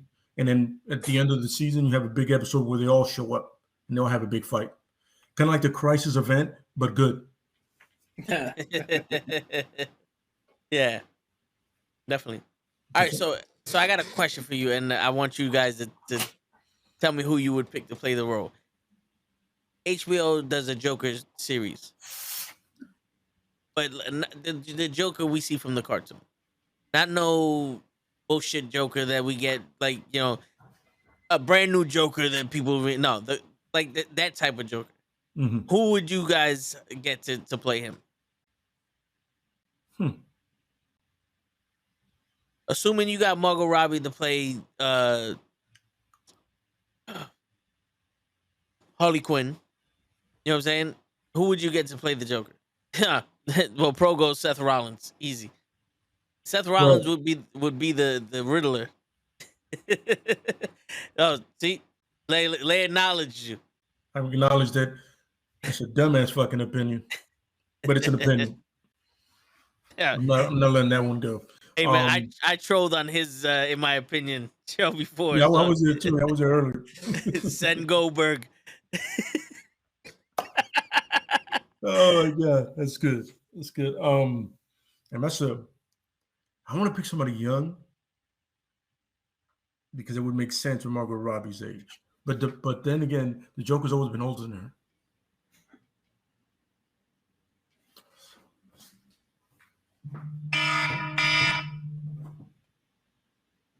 Wow, this alarm is a lot louder than the last one. Yeah. This goddamn phone, son. I gotta get. What would you guys think about, like, Woody Harrelson? That's the White Man Can't Jump, right? Yeah. Nah, you fucked up Carnage. That's not. No. Sony fucked up Carnage. No, I was thinking Willem Dafoe, but no. I would love Willem Dafoe. I don't know the guy's name. Huh? I don't know the guy's name, but the dude. You ever seen Persons of Interest? Yeah. The guy who ran it, the guy who was in charge of the tech. Yeah, he's in the show Evil. Yeah. Yeah, got it. He voiced the Joker for one of the cartoons. Oh, cool. I think he could do a good job playing the Joker. Either him. There's a dude who voiced it from the Arkham games. He's a young dude. Well, that's Nolan North. Nolan North. He's a video game guy. Yeah, but he's a tall, slender dude. Yo, Lay, real quick. Can we acknowledge Kenny? That was for you, Kenny. It's your dumbass fucking answer. Yeah. What about the dude? But yeah, no, I can. The thing is, when I saw him for the first time doing the voice of joke, the Joker's voice, I was like, damn, he's a slim dude. He kind of has a Joker build. Troy Baker, there you go. Troy Baker, yeah, he kind of has not the one that looks like Sheamus, the other guy. There's one that did the one that did it for the Red Hood. He looks like Sheamus. Okay. Yeah, him. The younger dude, yeah, he kind of looks like him. Like, he has that built in. Dude, You remember what's the fuck that TV show? Prison Break? Yeah. The country dude? The guy who was really fucking bad. I think they cut his hand off or some shit. Yes. What if that dude played the Joker? Wow, that's a good one. He's menacing. Guy Pearce can also play the Joker. Is that the guy from Repo Man? No, Guy Pearce is Aldrich Killian. Yeah. Okay. Yeah. He could definitely do it. All right. So maybe I'm bugging, but you remember Charlie's Angels? Yes. Remember the guy that was the guy that was taking the hair. That's the guy from Back to the Future. That's the father. Yeah. What do you think about him? He can do it. He can do it. I mean, we're talking about a TV series here, but then again, a lot of people are doing TV series now. Like, Chris Evans did a TV series, so these guys are jumping on to this. Like, this is a lot of money being put into these productions. You can get big stars. Yeah, you know especially with what was it? Marco Polo was the beginning of that because they've invested hundreds of millions of dollars. Netflix did in that series. And it was funny because they invested more in season 2, and that's when we stopped watching it. I remember we watched it. We was like, once they did that shit to the kid, Cat was like, "Yo, I'm out." It's funny. Wong is in it too. And Marco Polo. Yeah, he's in it. Wong is in it. He's not. I think he's Genghis Khan. He's Genghis Khan, I believe. Yeah. Oh shit. Yeah. Get the fuck out of here. Yeah. Huh? And yeah, I think anybody we named is pretty much good with it. You can even get the cat that Joseph played Gordon-Levitt. I mean, I could see it. Nah, he fucked up Cobra Commander. Nah. Oh, that's that motherfucker? Yeah, nah. He did fuck up Cobra Commander. But then again, that movie fucked up. That G.I. Joe movie fucked up a lot of stuff. Yeah, but he said that these are mindless movies or some shit. Like, he doesn't have the acting. That's a funny part. I understand when you say that. Like look, Helen Mirren said that about Fast and the Furious, right? Helen Mirren, she's still hot as hell. But I was like, you're right. I agree with that one. That one's right. It is mindless. So here's the difference, though, right? Joseph Gordon-Levitt put in a performance that kind of made you look and go, "What the fuck were you doing, bro?" Yeah, absolutely. And then you hear the comment, and you're like, "Oh, you weren't even trying." Yeah. Then you see Helen Mirren, and you see her performance, and you're like, "Oh, she's having fun." Exactly. And then you hear her say that, and you're like, "Oh, you took it because it was fun." There's a whole different connotation to it. No, but I that's what I'm saying. Is one of those things. If you're gonna do it, I'm trying to get to that. If you're gonna do it, and you think it's mindless, at least have a good time. Yeah, we can tell when you're having a good time. If you're gonna do it, and you feel like you're being forced to do it, leave. First of all, you're gonna be under a mask most of it. Like nobody's really gonna see your face, bro. No, chew up the scenery. Whoever played Cobra Commander and Retaliation, that dude was good. Yeah, that's what I'm saying. It's just I was expecting a little bit more G.I. Joe. You know what I mean? And a little less Rock. I had no problem with The Rock, but that wasn't my roadblock. That was this modern roadblock. That wasn't the roadblock I know. Shit, even the one in that show that I was talking about was pretty much the 18, G.I. Joe's Renegade. That was more roadblock. Speaking of the 18, what about the dude who played the pilot? Chateau Copley? Yeah, he's good. Have you seen him in the movie with Matt Damon? I forgot the name of that movie. He's a bad guy. He could definitely pull it off. Oh, not Elysium, is it? Yeah, that's Elysium. Yeah, him. In that movie, he was very underrated bad guy. He creeped me the fuck out because he was bad shit, and I loved it. It was fun. All right, so besides any character that's besides any of the Robins or Nightwing or the Joker, and I think Penguin now is getting his own spin-off TV show. Is that in fact or no? No, the Penguin is getting it. The one, the GCPD is not getting one, but the Joker is. Penguin is because they figured the Penguin is going to be part of the GCPD because they're going to be investigating him.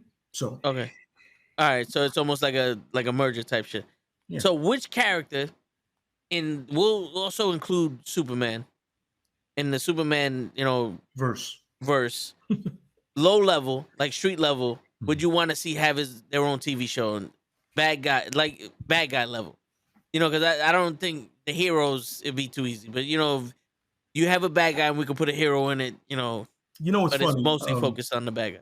Victor Zsasz would be interesting because he kills people and then he's like cuts him, he scars himself up, and you would have 2 lead investigators trying to catch him. Dude, It'd be a murder mystery kind of deal. They already have that TV show. It's called Law and Order SVU. No, but this is his thing isn't sexual, it's just murder. No, You know what I dude, mean? have you read? He does more than I've murder. read it, but I want to keep it just, you know, kind of like a Dexter thing, but just, you know what I mean? Just yeah, and you get 2 detectives that were actually in the GCPD, you know what I mean, and you can kind of branch it out a little bit more. But like just 2 detectives, one completely losing their shit because they've been after him for the longest, and somebody and a younger person on some will have some fresh ideas. And this is in a moment where Batman is off planet or some shit like that, and it has to be the cops to find him. Make it 8 episodes, you know what I'm saying? And yeah, you can do that. I got one. Mhm. You make some sort of commentary out of it, but Clayface.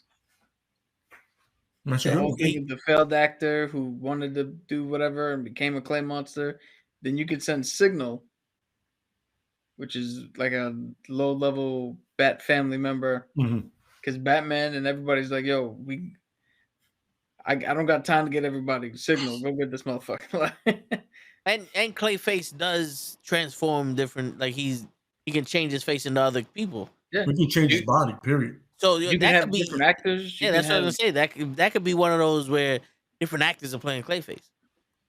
Absolutely, and just kind of changes everything. Damn it, the hell's the name of it? Hugo Strange. Okay. Strange. Yeah, I figured that would be a good one. Simple, and I'm hoping. Funny, I'm hoping what the Penguin thing is, you could make it a mob war. Where now dope. that Falcone's gone, you have a Black Mask. You have, you know, all these other gangsters like starting up. Like, well, since Falcone's gone, there's no real crime boss. Like, nobody cares about the Penguin, and they try to come in. You know what I mean? Yep. Should I mean that's the approach I would make. You introduce a different mob boss every other episode, and then eventually it'll be Black Mask. You know what I'm saying? So then it'll be the Penguin versus Black Mask. That's happened in the comic books before, where there's been a power vacuum in the mob scene in Gotham.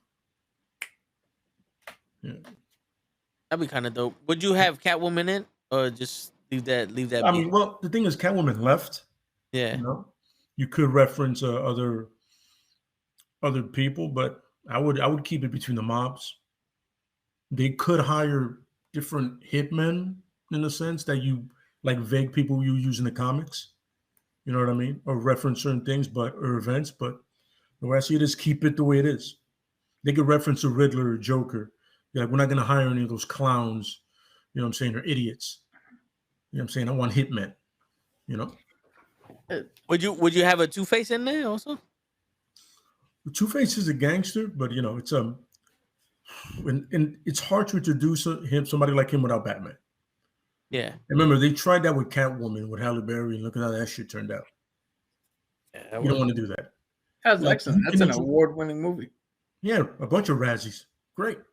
But you could definitely introduce somebody like Black Mask without Batman. Mob-wise, easy. Yeah.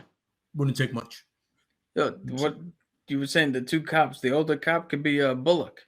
Yeah, absolutely. That's what I was thinking. Bring him in. He can mention Gordon, so you can mention him, but you don't have to bring him in. Mm-hmm. What about you can have Renee Montoya as his younger detective now. You know what I'm saying? That can be literally like, oh, I got to break her in, and then since she is LGBT, since she's a lesbian, you know what I'm saying? There's your win with that too. Representation. Then we just got to explain how she grows up to be Rosie Perez. Yeah, I was gonna say Rosie Perez. I'm not gonna get into that. I'm gonna leave that alone. I'm gonna use this as elsewhere because that's what the Batman is. Okay, we're gonna do that. I would like not to mention that movie. That was disrespectful. It was And so, enjoyable. yeah. It wasn't as bad as Batman v Superman or Justice League. You know what? You know why it was bad? Because there was a badass character not represented correctly, and that's Orphan. Yeah. Orphan is next level badass, and they made her a pickpocket. I appreciate that they got the ethnicity correct, you know, the race correct, but pickpocket, she is literally probably the second best fighter now in the world. She's better than Bruce at this point, and she gets older because she's the daughter of Shiva and Richard Dragon, and you made her a pickpocket. Go fuck yourself. For that, don't put her in it. Well, nothing says the baddest fighter in the world like a pickpocket. Yeah, plenty of things do, like the baddest fighter in the world. That's the one thing that makes it like she could sit there and beat up Killer Croc, but to really prove that she got the fighting skills of Bruce Lee, pick somebody's pocket. I saw that. I was like, wait, what did they say? Orphan. I'm done. I am literally done. What the man? And then you try to make you really try to make the Birds of Prey. I was like, without Barbara? Really? Yeah. And you also tried a turned the TV show Huntress. too and it failed, but you know, whatever. Yeah. You also turned the Huntress into some weird ass butt of the joke who doesn't get that they're joking about her. Yeah, like the Huntress is an idiot all of a sudden. Interesting. Yeah, then like I said, you can fix all of that in Elseworld, stuff like that. The Batman is a way in to fix a lot of stuff.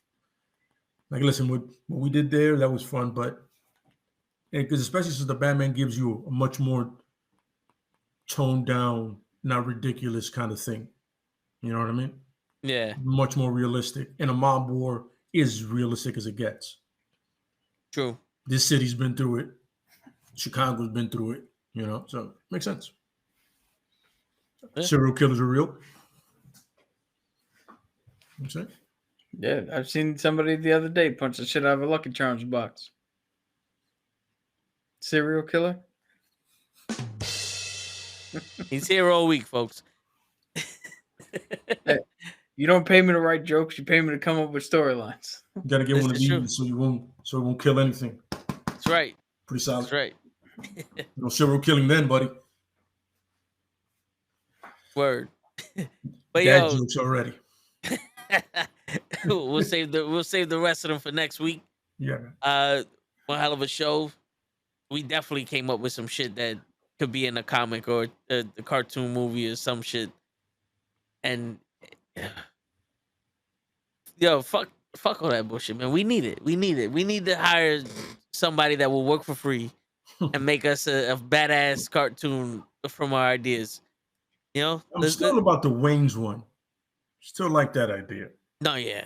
Even though 'cause that other dude- fucking guy. That thing with that guy, they're in the costumes. What we're talking about is just them normally. Word. You know what I'm saying? And being really douchey to Bruce. Yeah. The only one that would be in the costume would be Damien. Because he never takes off the mask. Because he's an a-hole. Yeah. By He'll the never way, take off the mask. He'll- Damien used to be played by that kid from the Umbrella Academy because he's an asshole. That kid, yo, first episode, I wanted to punch him in his face. And that's Damien in a nutshell. First time I read Damien, I was like, I don't like you. I didn't like Jason Todd, but I really don't like you. Fucking put it in the book, Kenny. Put it in the book. But on that note, everybody, it's your friendly neighborhood knuckleheads. This is the Knucklehead Comics signing out. Peace, everybody.